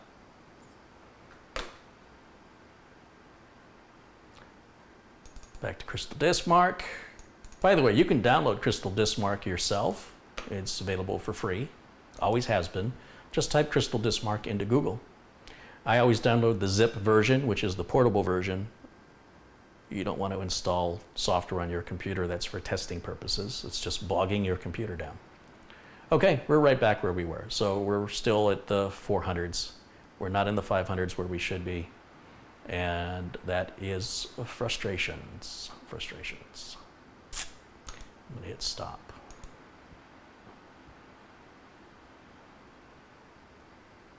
William Bailey wants to know if it's Intel time yet.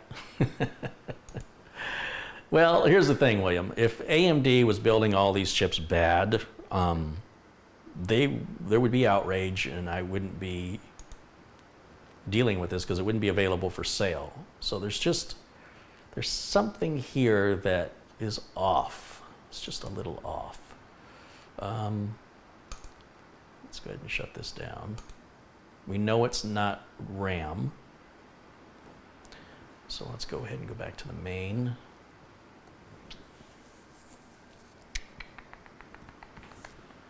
Don't know what's happening here.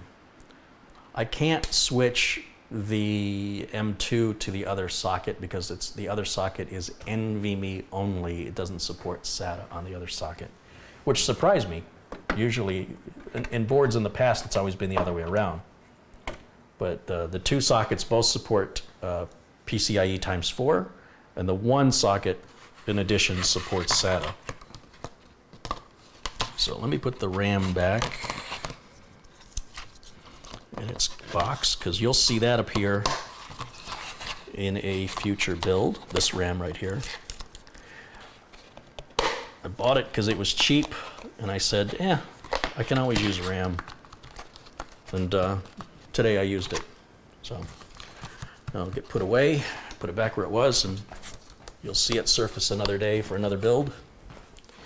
And let's see, where did it go? Oh, it was right here. Okay. Very interesting. Very interesting. So we did achieve the speeds that we were hoping for with this drive, but it's random, it's intermittent. It's like sometimes it works and sometimes it doesn't. And I am absolutely starting to run out of ideas here. Let me put a stick of RAM back in it before I forget to do that.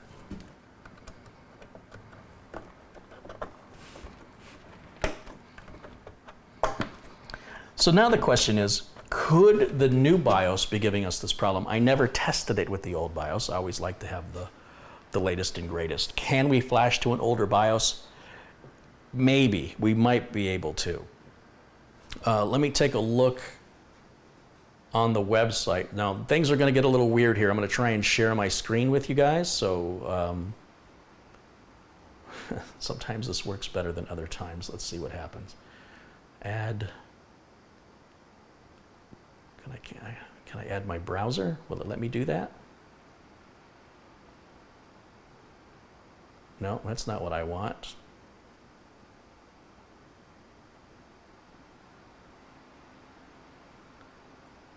Let's remove that. And let's add video capture, window capture. Isn't that what I just did? No, I did browser cap. Let's do window capture. And I want Chrome.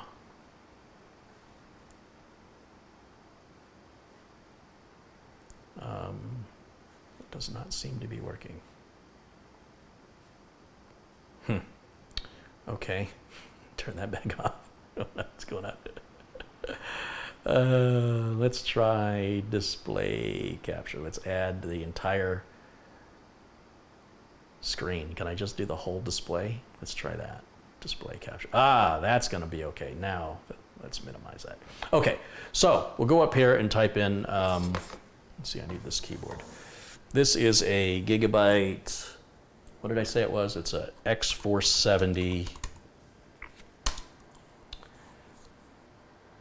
Aorus Ultra Gaming. And we'll click on the first link here with Google. Remember, there's always two support links. There's this top support link. I don't know why motherboard makers do this. This is generic support for Gigabyte, and then down here it says support, and this is support for the product page that you're on, specific to that product. So that's the one I want. And let's go back to the BIOS versions. Oops, why is it? Defaulted to as if the control button, oh, maybe I'm leaning on the keyboard. Okay, let's look at the BIOS. Now, this is the latest BIOS that I flashed it to. It came with F3. Let's download F3. And then we need to extract that to a flash drive. Let me plug a flash drive into Thready here, the streamer that we're watching. And let's say extract all to, yeah, that's exactly where I want it.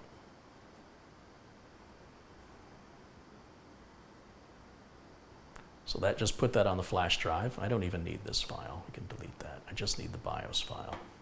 Okay, close that, close that. Good? We good? All right. Let me switch you back now to the main camera. Things are going to be a little funky here. Stay with me. There we are.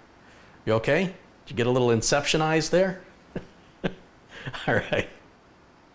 Okay, now we disconnect the flash drive and we'll plug it in over here. Generally, it's a bad idea to go backwards on your BIOS flashes. I've seen that brick a motherboard before. Is that going to happen today? I don't even care. Give me an excuse to send the board back. Kind of hoping it bricks it, to be honest. Just want to find a solution. Okay.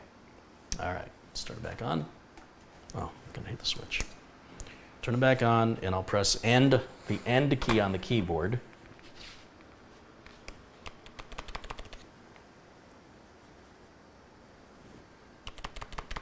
Get me into the BIOS flash, update the BIOS. It sees F3 right there. That's on our flash drive. Click on that.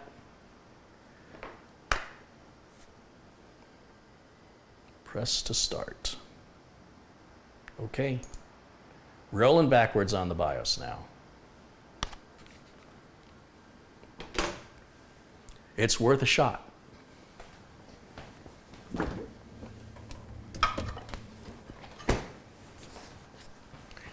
to get my Coke out. And Tim wants me to break out the Fireball whiskey. I'm about to, man. Couldn't get any worse, right? It could get worse. It absolutely can get worse. We have a great attendance out here. 1,083 people are watching live, and that's a great time for me to give people the credit that deserve it. In the chat room, you're going to see these folks, a lot of folks, their name is in blue. They're the moderators. These are people that are supportive, they're friendly, they're helpful, and they're there to make sure that as the channel gets more popular, it attracts the losers that want to come in and stir the pot and to be disruptive. And you're not going to last very long here if you do that. Just 2 clicks and you're hidden forever. So I hope that you exhibit good behavior here, because I want the channel to grow with the right community, and you guys are always welcome. So I want to give huge shouts out to all those folks in blue. If you're looking to build a system and you're not quite sure about what parts to use, you'll see one person in there named Catherine Hauserman, Catherine Anna Hauserman. She puts parts lists together for people. She asks you questions, what's your budget, what's your needs, what country are you in? She'll even, find the parts available in your country and make sure everything's compatible. And she does that all in exchange for a thank you. That's all she wants in return is a thank you. So if you abuse her, if you're rude to her, it's uncalled for and it's going to stop immediately. So you can reach her on Facebook. Just do a search for Catherine Hauserman and you can friend her and she'd be happy to help nice people. And you'll see a couple other folks there that have been contributors to the show. Today's show, for example, is brought to you by other viewers. The viewers are the sponsors on my channel. So when you see these names in blue, many of them are sponsors. So if you look at Colin Hilton, Peter Laycock, Jesse Kirk, Christoph Esch, Bill Leatherland. These are people that have contributed to the channel that have enabled me to get better camera equipment, better lighting, better video capture cards, better memory cards, bigger memory cards, tripods, tripod heads, microphones, rechargeable batteries. The list goes on and on and on. And if you see those people, remember today's show is made possible because of them. So please give them the credit they deserve. If we were all live right now, I'd say let's give them a hand, but they can't hear you. Rami Hermes has contributed 5 Austrian dollar. What's the A? Australia or Austria? I'm not sure. Carrie, you're the godfather of computer building. All right, I'll take it. Thank you. I got a deal you can't refuse.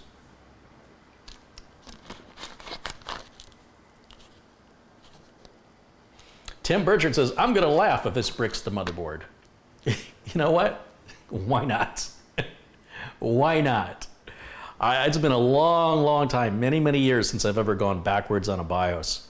I don't know what's going to happen, but it seemed to be okay. It's going to reboot now. I'm not touching anything. Anyway, like I was saying, with so many viewers watching, I want you guys to know that you can be a part of the channel too. We frequently will share other people's videos. Just last night, viewer John O'Toole submitted his video to me and authorized me to share it with everybody. He kind of looks a little like Santa Claus. And he upgraded his daughter's laptop to a solid state drive and he filmed the process. And if you guys want to be a part of this, you're certainly welcome to film your build and share your story and post it on your YouTube channel. And then drop me an email or leave a comment in the chat giving me permission to share your video. And I'd be happy to share your video on my channel. How many other YouTube channels are that open and, everybody's so selfish? It's my channel, you go do your own. No, we're a community here. We're trying to build that up.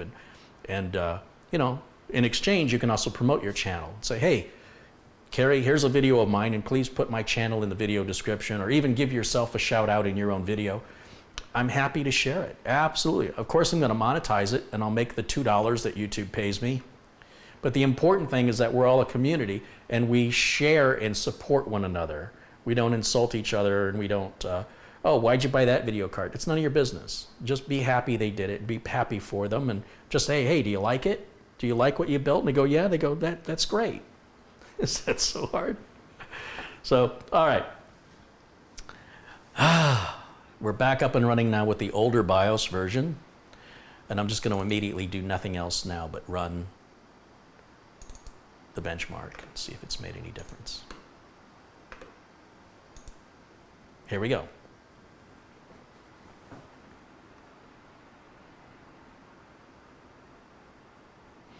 William Bailey, who you'll also see in the chat, he bought a system from me. So he's an actual customer. And unlike other YouTube tech channels, which are mostly enthusiasts, I'm a real working computer technician. So everything you see me do is real work for real customers that I am held accountable to. And if the system breaks in 10 hours or 10 days or 10 years, I want the customer to call me. That's how I stay in business. And I've been in business, my own business since the mid-90s, and I've been working in the industry since my first tech job in 1991, and I've done it nonstop ever since.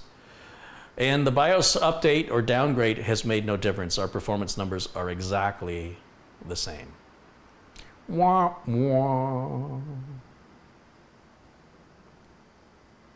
Well, isn't that a shame? Let's hit stop here. We don't need that test to continue any further.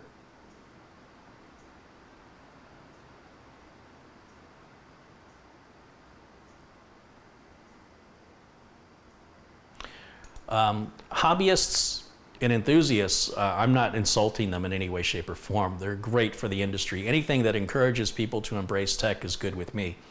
But by law, the definition of a professional is someone who is paid by an employer to do a job that they are held responsible to. So if you just have a YouTube channel where you have sponsors of products asking you to review products, then you're only answerable to the sponsor. You're not answerable to your viewers, and the only person you're going to hurt is yourself in your relationship with the sponsor.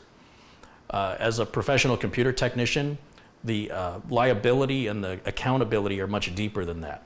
For example, if you were a mechanic and you work on cars in your garage, you don't have the accountability if you were working on an ambulance or a fire truck and it wasn't able to get somebody to the hospital or to put out a fire because the engine broke down because you didn't fix it right, and then somebody died. Well, likewise, in the professional IT world, there's a lot of stress when a system goes down and a company is not productive. They start losing. There was a machine at Intel when I used to work at Intel, and they said every minute that machine was down, Intel lost $10,000. You want to talk about stress? So yeah, when those guys that are tech enthusiasts and hobbyists have YouTube channels, it's different. The advice that they give isn't based on any accountability. If you could hold them accountable if they advised you to buy something and it turned out to be horrible, and you could then say, I need some reimbursement for this, or you need to replace it for me, you need to fix it and make it right, that's what I have to do.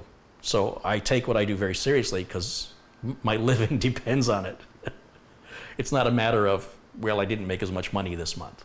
Oh no, I can be sued and I can be out of business if I'm held accountable.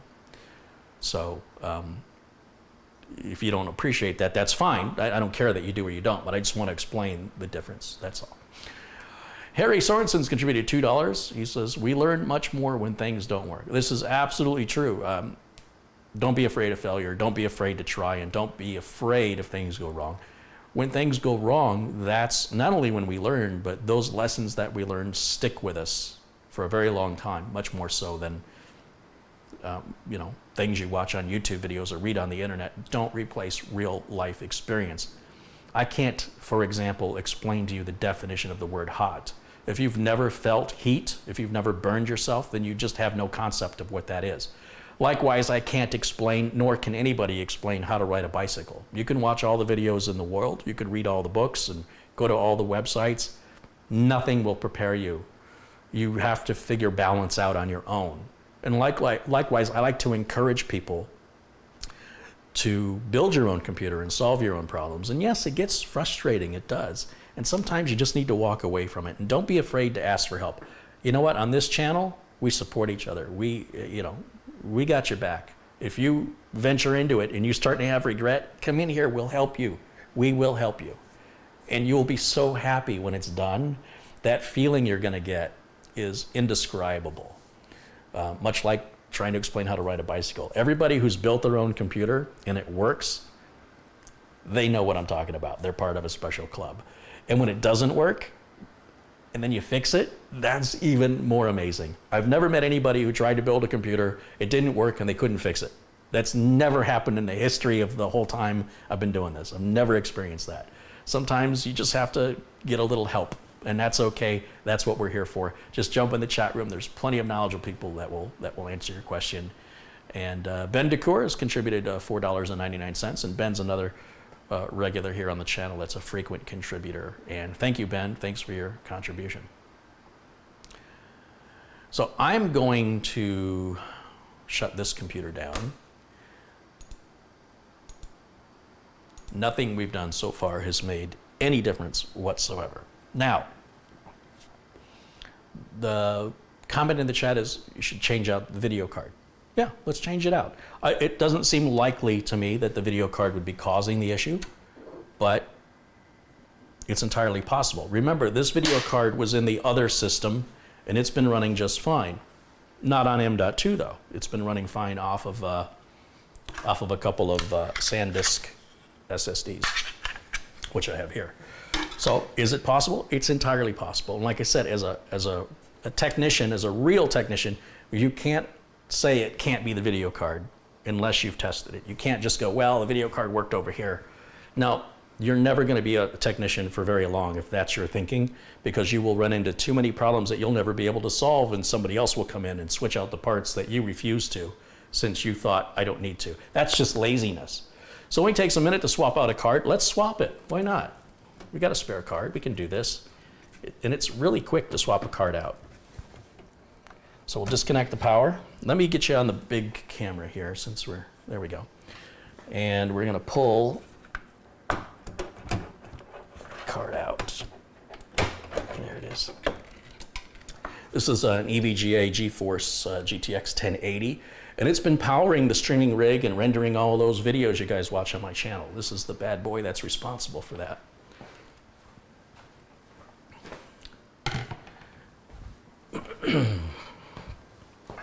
Oh, contribution just came in, and that's from Magni Johansson's contributed 109 Norwegian krona, which is, what is that? $25 US, 109. Oh, wrong keyboard. I always gotta grab the wrong keyboard. 109 Norwegian krona too. I'm just curious what that equates to. Oh, $12.73. Still, thank you. Thank you very much for your contribution. And what was I doing? Oh yeah, put this graphics card. So we'll grab the graphics card out of this system here. Let me just set it up here so I have something to work on. I'm running out of space real quick here. Let's see. Ryan Zaffretti has contributed £5. He says, have a Coke on me. Well, thank you, Ryan. I'm sorry, I put those screws back in. All right, there's one. There's the other. I gotta remagnetize this screwdriver. It's not doing well. All right, now this card, this is a 1070 made by MSI.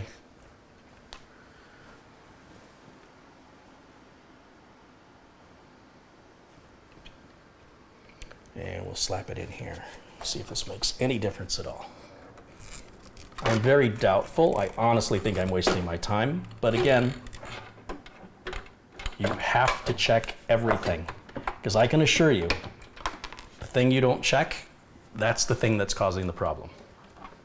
I want to keep emphasizing that until it sinks in.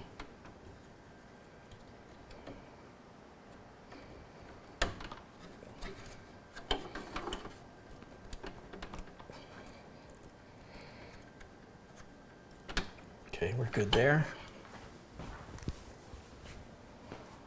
And we'll plug this HDMI cable. I'm done with the BIOS flash drive, so that can be unplugged, and let's just set it over here for now. What do I do with the lid?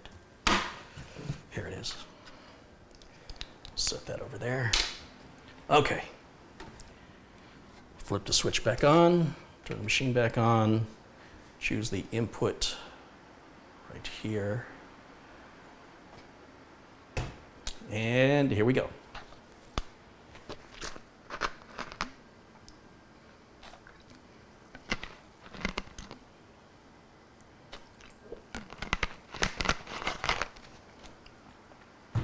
All right, so now the screen's a lot bigger because it's a different video card, but it's still NVIDIA and it still uses the same driver. So in a minute, it should auto-detect that, and then you should see the screen blank out and automatically resize itself, I think.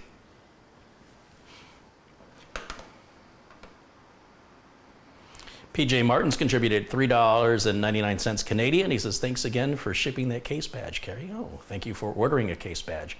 Contributions of $20 or more that are given through the tech-vets.com site. There's a donate button there. I'm happy to send people a case badge that says inspired by Carrie Holzman with my autograph on it. It's a great way to support the channel. Oh, there it goes. It's just installed the driver. It's a great way to support the channel and show off your support for the channel, which I guess I just said twice. Okay, here we go. Back to Crystal Disk Mark. Here we go. So I want you to understand it. When I say I don't think it's going to work and I'm going to do it anyway, I have to do it anyway. I do want to be wrong. I do. I want to see the solution. I want this torture to be over. Like I suspected. It's just, you know, these sort of reaching for straws things are so unlikely, but you do have to test it. Now I can say for certain it's not the power supply. I can say for certain it's not the RAM. I can say for certain it's not the video card. I can say for certain it's not the BIOS. I can say for certain it's not the drivers. I can say for certain it's not the SSD drive because I've moved it and showed you guys it works just fine. I can say for certain it's not Windows because we've installed Windows 3 different times and we've used 2 different SSDs. The only common denominator we keep coming back to is the motherboard.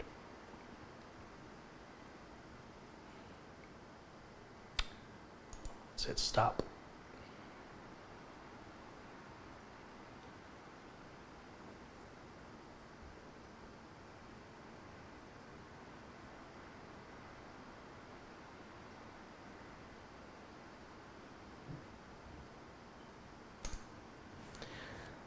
All right, well,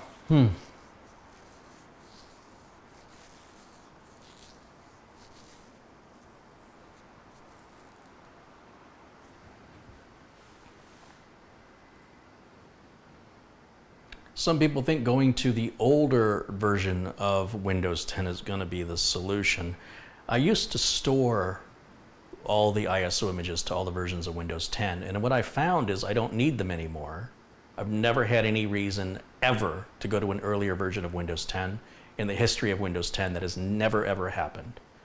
People tend to latch onto these weird beliefs. I just can't get on board with them.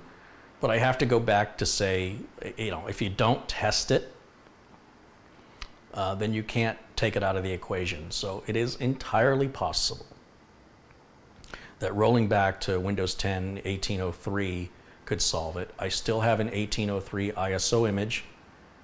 Let me take that and let me put it over onto my desktop here.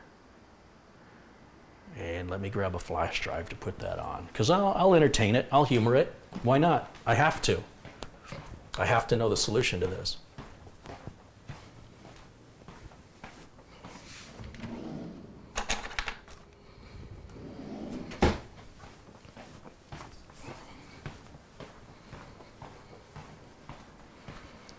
So here I've got an ADATA 16 gig flash drive, and I'm going to plug it into the Threadripper machine that we're streaming from now that's been also crashing on me. I'm just loving AMD, loving them. They're great. Just when I think I'm competent and I know what I'm doing, AMD comes out and really makes me earn my money. So big shout out and thank you to AMD for their chipsets. Thank you. And that's called sarcasm. All right, now let me get the Rufus utility out of my tools directory. I should have Rufus in here. There it is. Copy that over onto my desktop. All right, Rufus.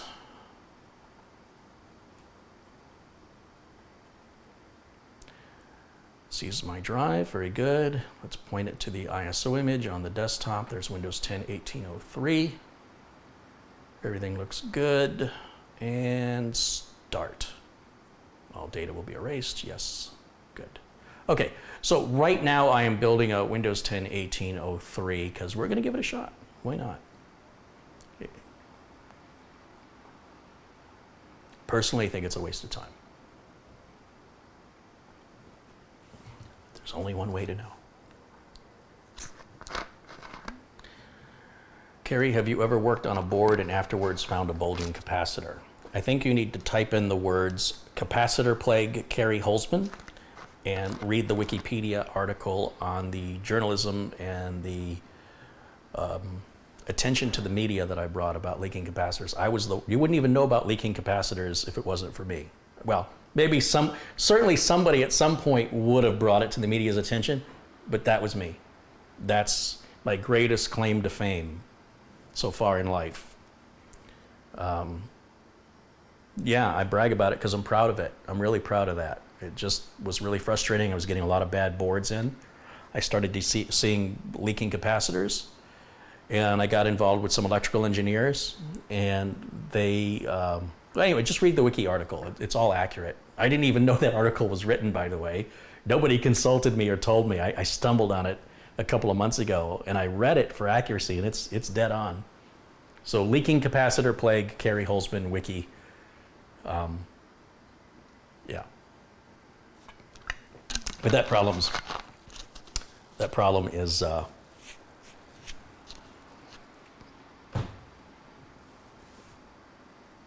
long since resolved.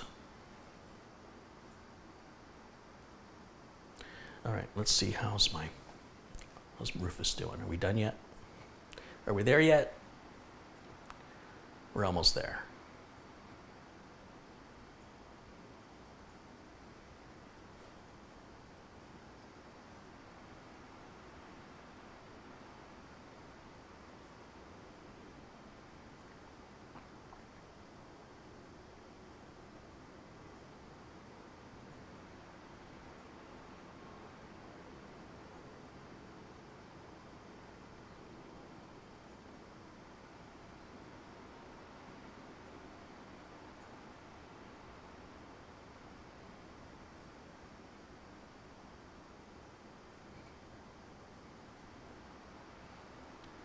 Still writing the Windows 1803 boot disk. Almost done.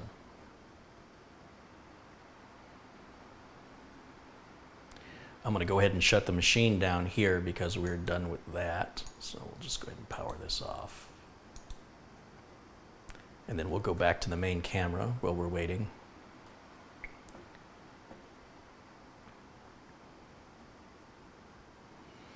Big Pete says, I think the M2 is sharing the same port as the regular SSD. There is no regular SSD. All it has is an M2. There's no DVD plugged in. There is no other SSD plugged in. All we have is an M2 drive. That's all there is. There's nothing else.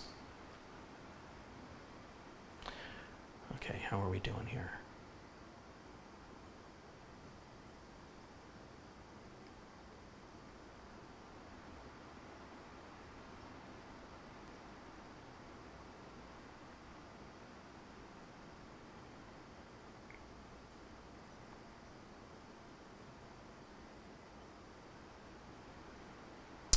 Huh. All right, finally. Finally, Rufus is wrapping it up here.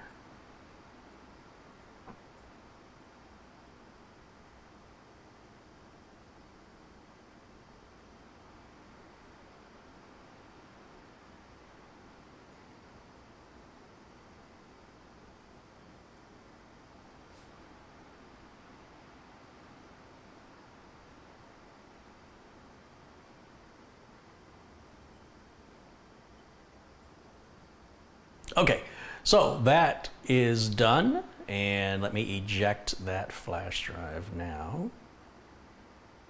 There we go. Now I'm going to take the flash drive.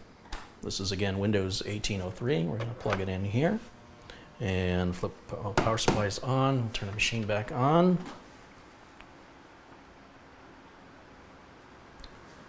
I need to hit F12 to direct it to boot to the ADATA UEFI, that's what I want. And we're going to install again.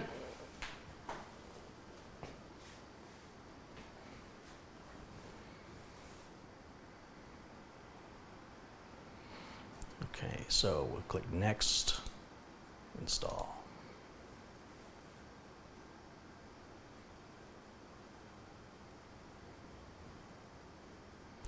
And I don't have a product key. Windows 10 Pro, next. Agree to the license agreement, next. Custom. You'll see there's only one drive installed. We're going to delete both partitions. Delete. And delete. And now the drive is wiped out. It's just like a brand new drive. No partition exists.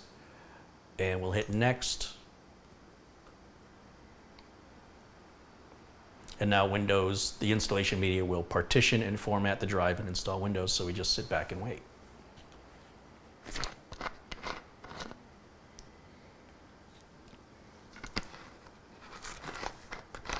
So if you're just joining us, we already pulled the M2 drive out and put it into the system back there on the stove, and it runs at 550 megabytes a second. There's nothing wrong with the drive. We stuck in another drive. It did exactly the same thing, where it performs poorly on this motherboard and performs properly in the other motherboard. So we know that the solid state drive is good. We know that the RAM is good. We know that the power supply is good. And we know that the graphics card is all good. We've swapped all those things out, and we still have the same problem. There's no other drives connected. There's no DVD drive connected. There's no solid state drive connected. Only the M2 drive. This motherboard only has one M2 SATA socket. The other socket is NVMe only. So it's not like we can trade sockets up. There's nothing in the BIOS to set for SATA. All you can do is leave it to AHCI. Leaving the BIOS at defaults, we went with the latest BIOS and rewound it back to the previous BIOS. That's made no difference. We've reset the BIOS and we've adjusted the BIOS previously. There is nothing in the BIOS to adjust for SATA other than selecting AHCI mode. That's it. There's nothing else in there. So if anybody has any other information specific in the BIOS other than just saying it's in the BIOS, then you don't know what you're talking about. So if you know exactly what the setting is called in the BIOS, then let me know. If you don't know, it's not the BIOS, because there's no such setting. But hey, don't let that stop you from throwing darts at the wall.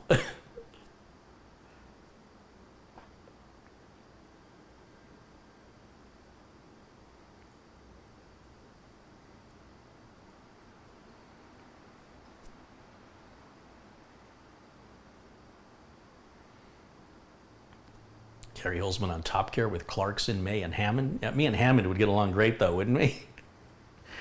White teeth and enjoying potato chips all day. And we're both short. We could see eye to eye, me and Hammond. Me and the hamster. All right. So we're going to, let's see, we'll reboot here. Here we go.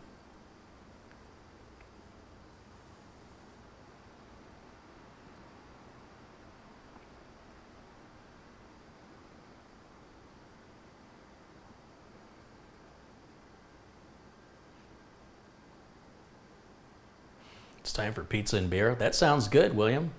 Sign me up. I'm ready. Niles says, I'm done throwing money. What does that mean? Perry says, Carrie needs Grimaldi's after this. I think you're right. Maybe Malnati's. It's been a while. Hammond crashes cars and not computers. Well, that's like a yin and yang, isn't it? That's why we'll get along.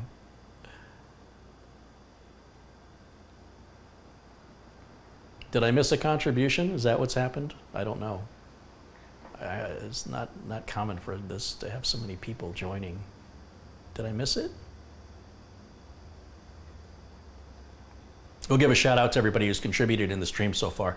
Kevin Lavis, Jack Russell, Kevin Lavis again, Hat Rat, Ferrugian Kalustian, Alan, Niles Van de Sand contributed €5. We talked about that, talking about a 4K monitor. Brandon Miller, Red Dragon, Tim Burchard, Christoph Esch, Scott's Lad 469, Tim Burchard again, Christoph Esch again, Rami Hermes, Rudy Martin, Ryan Farmer, Brian Loss, Harry Sorensen, Ben DeCour, Ricky Saunders, Magni Johansson, Ryan Safridi, PJ Martin, and Robert Malovich, who contributed $2 and said, keep calm and carry on. Well said. Well said.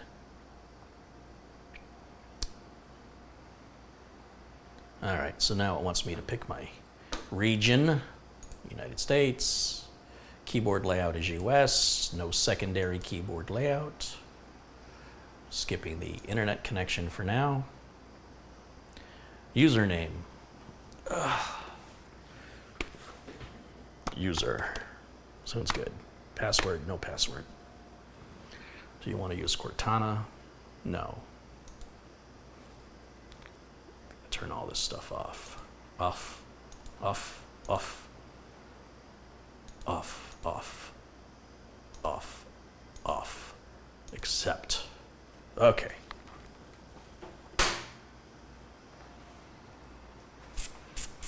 And now we wait.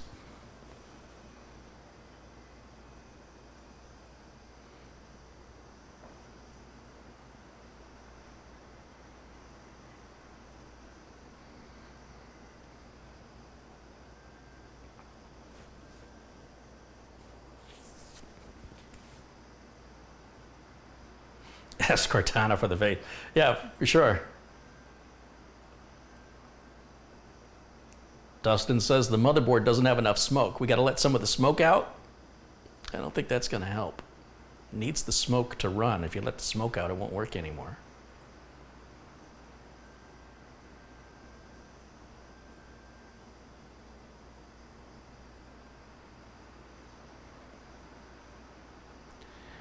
Patrick says, don't let it run updates. Well, that's going to be pretty hard when it doesn't have an internet connection. So I don't think that's going to be a problem, Patrick.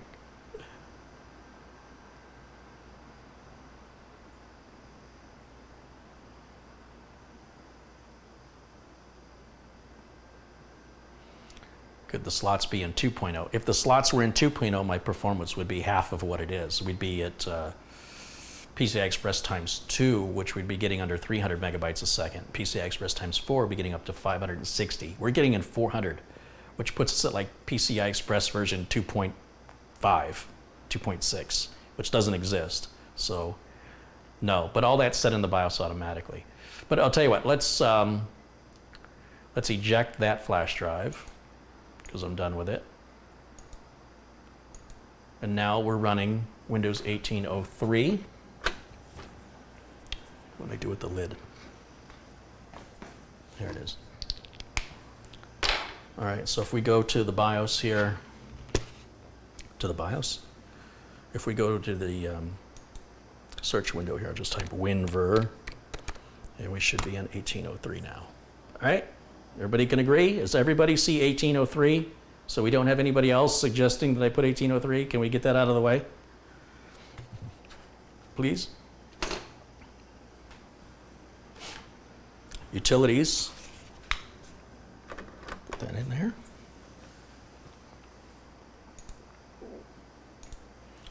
And we want the AMD driver. Oops. So what I want is Crystal Disk Mark and the AMD chipset driver. That's the NVIDIA driver. I don't know if we want to put it on. I'll put it out there just in case we want to put it on there. Okay? Okay. Sarai? Sarai. Wow, that's an old reference. Okay. Just before we load any drivers, let's run Crystal Disk Mark just as it is, raw.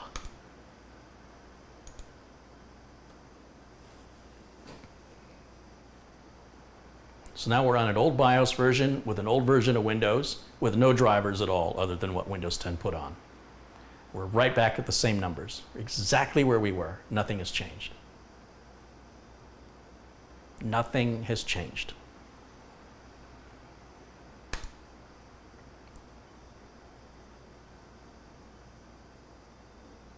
We are running about 100 megabytes too slow. It's only about 80% there. So we'll load the AMD chipset driver, which isn't going to make a difference, but we're going to do it anyway, because gosh darn it.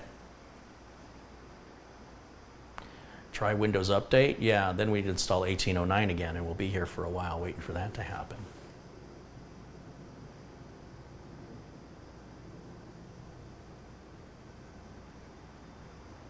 Accept and install.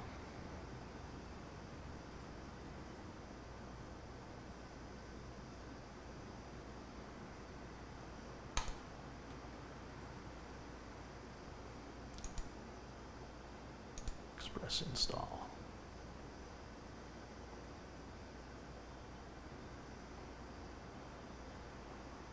M.2 socket needs clean. It's a brand new motherboard. How could the M2 socket be dirty? That doesn't even make any sense.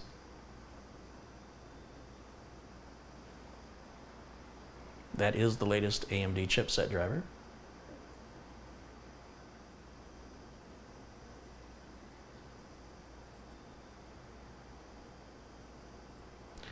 Try another M2 drive. I already did another M2 drive. You must be new here.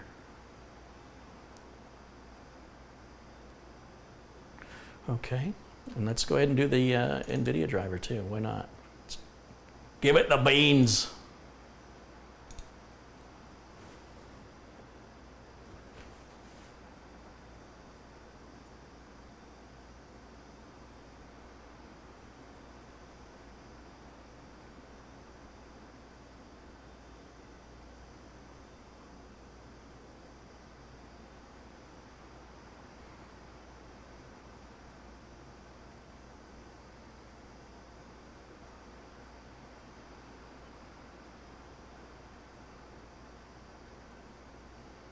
So it's asking about using an NVMe drive. This is going to be the streaming computer. It has to run on SATA with the 2 terabyte drive because I couldn't afford an NVMe 2 terabyte drive. So whether or not it works with NVMe is irrelevant, and it doesn't help the cause. There's something broken. Something is not right, and just switching the drive out to cover the problem up isn't solving the problem any more than putting a Band-Aid on your wound doesn't make the wound go away. So I have no interest in switching to NVMe. It's not what we're diagnosing here today.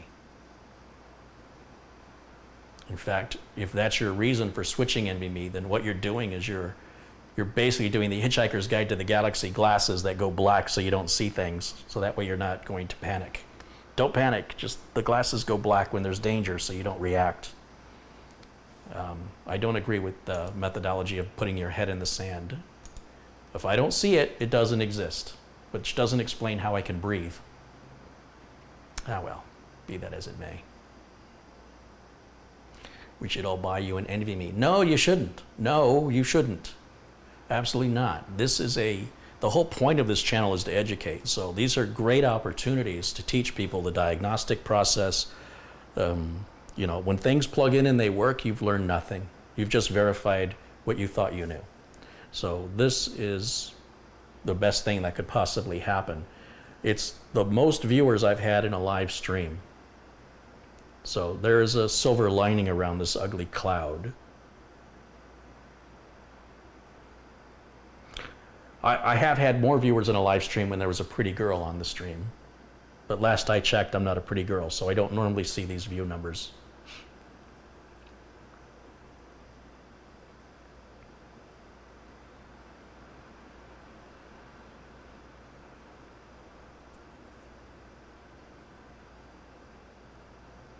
See, John Wilson joined us. Hi, John. John's another frequent contributor to the channel. Always good to see John joining us here in the chat.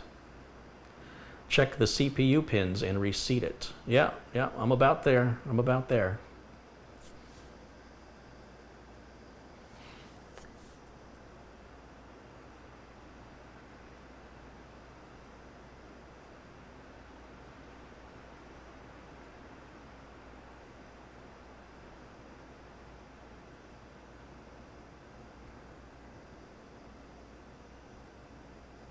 Okay, so the NVIDIA driver's in.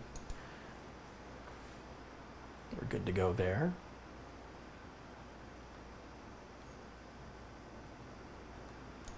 Let's close this out.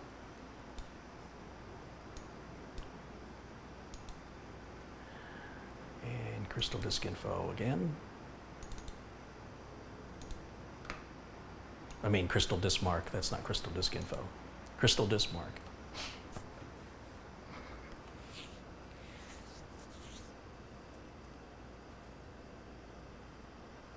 Nope, we're still right back where we were. I mean, nothing has changed. All right, so we're going to stop that.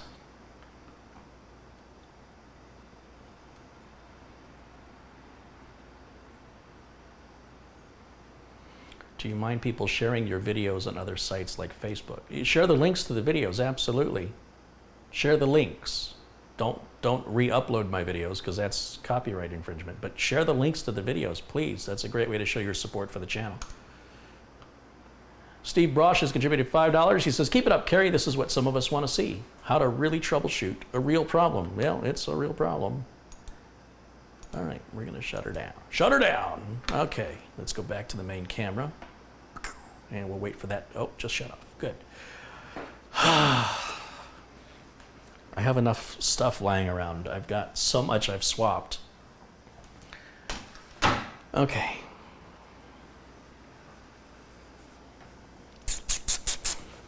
Let's get this power supply out of here. Let's get this unplugged. Let's get this unplugged. That's my utilities flash drive. We'll put that over there. Let's get the power supply out of here. A spare power supply is a tech's best friend, I gotta tell you. The best power supply tester you can buy for the money is a spare power supply. Bar none. $30.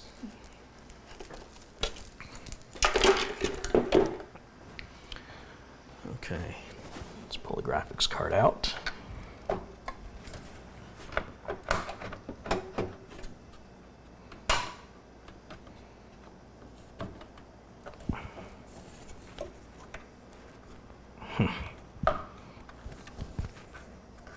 Come on, work with me.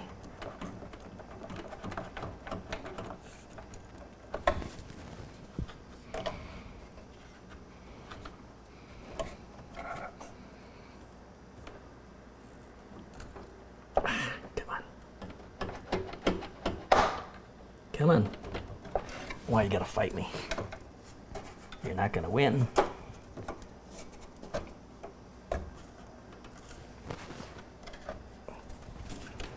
There we go. This one goes back in here.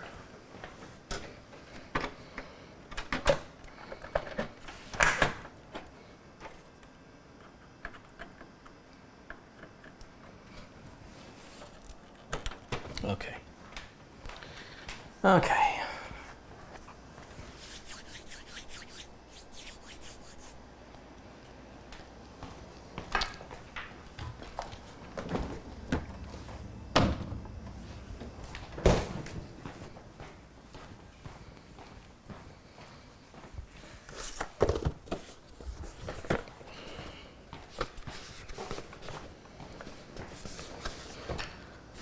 So this is a Ryzen 5 2400G. We're going to install, we're going to install this. I'm going to just use the same heatsink.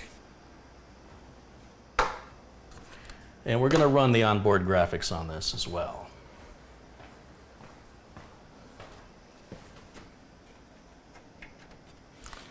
And that's going to be to isolate any sort of PCI Express interference that, you know,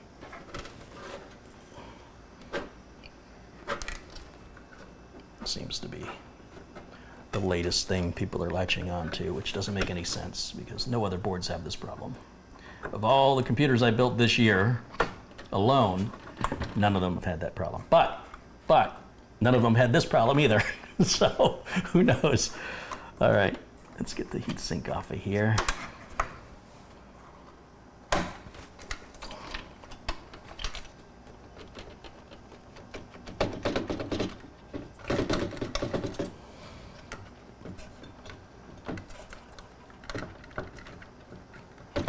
I hate the way AMD mounts these heatsinks. They're just... This was a great design in 1998. Not so much today. I hate this. The cooler, that other cooler there that screws down is far superior. And this is supposed to be the better cooler. This one here that latches in like they did in the 90s. Isn't that insane? Okay, so there's the cooler. Let me wipe the thermal compound off the chip so I don't get it all over my hands. I'll just use a paper towel. I'll clean it properly before I put new thermal compound on it, but for right now, just to speed things along here. Get this cleaned up.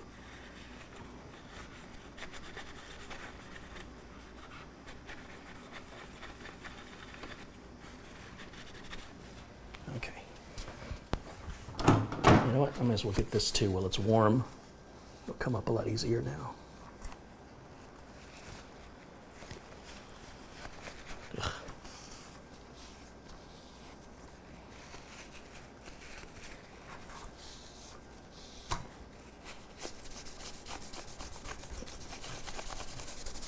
So I will clean that with a Q-tip and rubbing alcohol. But for right now, let's do this. Oh, that's not good. So normally you would lay the system down to work on it. I keep it upright so you guys can watch. And you know, we would look for any bent pins or anything on that CPU, and everything just looks beautiful. The CPU is not fragile, by the way. You know, you could throw this across the room. As long as you didn't bend the pins, you'd be fine. There's nothing, it's not like a mechanical hard drive. There's nothing, there's no moving parts, I guess is what I'm trying to say. And I'm just looking at the pins. Everything looks really good on those pins. I don't know how well the camera can focus in on that, but nothing's bent. Everything looks good. And then you can see the name of the chip there, what we're using here today, is in focus there.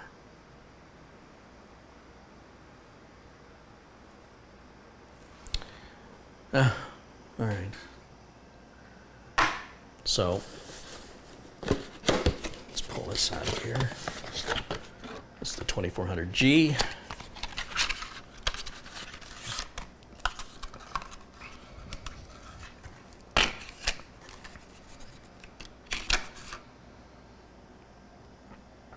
It's going to go in like this. It's fully seated. Latch it down. CPU's in. I guess I do need to get some thermal paste out now, though, don't I? Okay, I need to put something on there.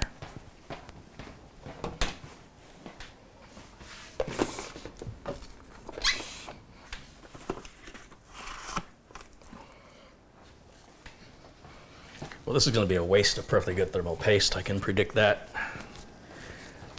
All right, let's see what happens here. Just, you know, well, I've got so many people watching. Let me emphasize there's really no right way to apply thermal compound with regards to the methods that people use. The method I use has worked for me for 2.5 decades, and nobody on the internet is going to tell me I'm not doing it right. I find that kind of funny. It's like going up to Henry Ford and going, "You don't know how to build a car." Really? Because I have a car company that suggests otherwise. Where's your car company? Just because I don't have a car company doesn't mean I don't know what I'm talking about. Wow, this guy on YouTube has issues. Well, yeah, he keeps getting attacked by strangers who tell him they don't know what he's doing, despite the fact he's been in business for 2.5 decades. And they haven't been. Oh. But why doesn't he ignore them? Because they're unignorable.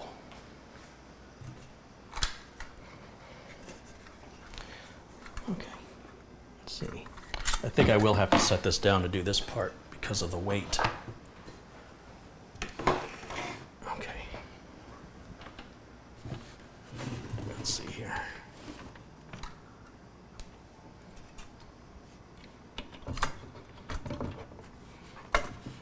I'm not worried about cleaning the surface of this because it's just going to come right back off again, and I'm just going to have to clean it again, so it'll be good enough for this test. And that means all that remains is the board. Everything else at this point will be swapped out, and there won't be any question or doubt.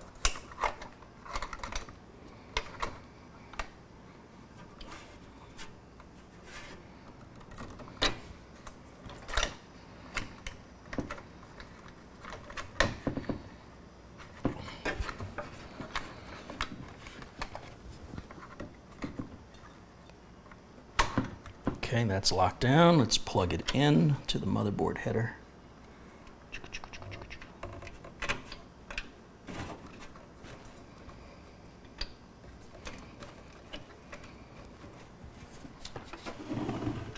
There we go. And we'll use the power supply. It's all plugged in. We're going to use onboard video, so we'll go ahead and give it juice. And this is it. This is my last test. Beyond this, we're going to end the stream. Then I'll be contacting Gigabyte for support. I'm imagining it's going to be an RMA, but we'll find out. I'll follow up probably tomorrow, assuming I get responded to by then. Unless this works, which I don't think it's going to make it. I mean, it's going to boot, but I don't think it's going to make a difference with the problem I'm trying to solve. You can see the drive now much better, right?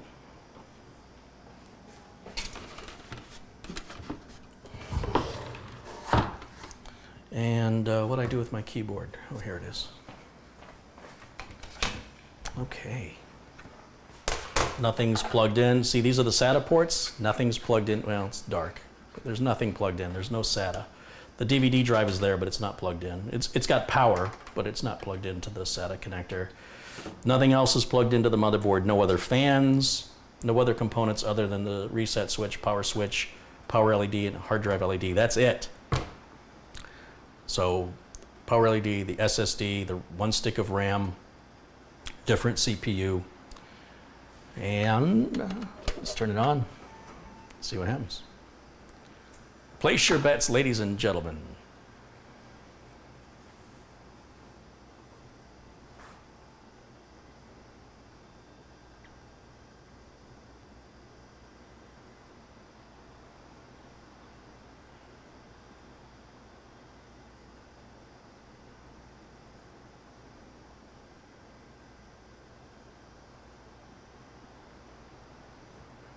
So I hope it's going to do more than this. BIOS is noticing that CPU has changed and it's adapting.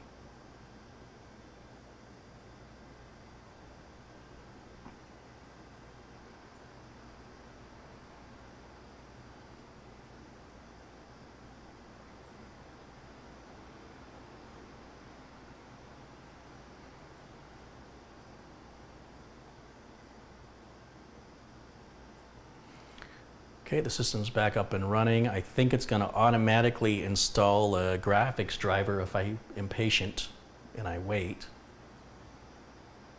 If I am patient, not if I'm impatient. Okay, do I want to wait for that to happen? No.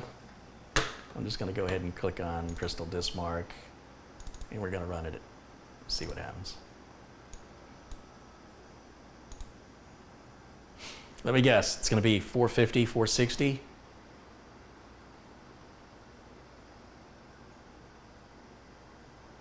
Yep, 421. All right, well, we know it's not the CPU. So we know it's not the CPU, we know it's not the RAM, we know it's not the power supply, we know it's not the SSD, we know it's not the front panel connectors, we know it's not the DVD drive or any other storage because none of that's connected, we know it's no longer the fans, we know it's nothing else attached to the motherboard. All that remains is the board itself. Something is clearly wrong with the board. And so I'm going to contact Gigabyte and find out from them what they have to say about the situation. And I'll follow up with you and we'll see how this progresses. And unfortunately, that means I have to continue using the unreliable Threadripper, which has rebooted on me or crashed on me twice since I started the stream. That's another problem.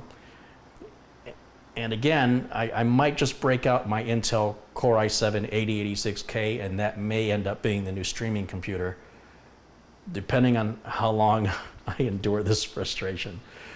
So that's where we're at, and that's all we can do. So we're good to go. Thank you guys so much for watching. I hope you enjoyed the video. If so, you can click that thumbs up button just below the video. Just give it a little clicky clicky. If you want to. Don't if you don't want to. See if I care. If you like the channel, you want to see new videos when they're posted live, hit that subscribe button, but don't stop there. You have to hit the bell. You have to hit that to tell it you're going to be notified. Otherwise, you're going to go, I didn't know you were live. I subscribed, but I didn't get the notification. That's because you didn't hit that bell icon, and it's not enough to hit it. Another window pops up with options. Do you want to be notified, and how do you want to be notified? I don't know why YouTube implemented that. I think it's really stupid. I don't know why you would subscribe to somebody and not want notifications. Okay, guys, sorry about that. Old Thready here just crashed on me, just blue screened on me. Page fault in a non-paged area. That means I need to go look at the RAM. Both of these AMD systems, I got 3 AMD systems that are all having problems.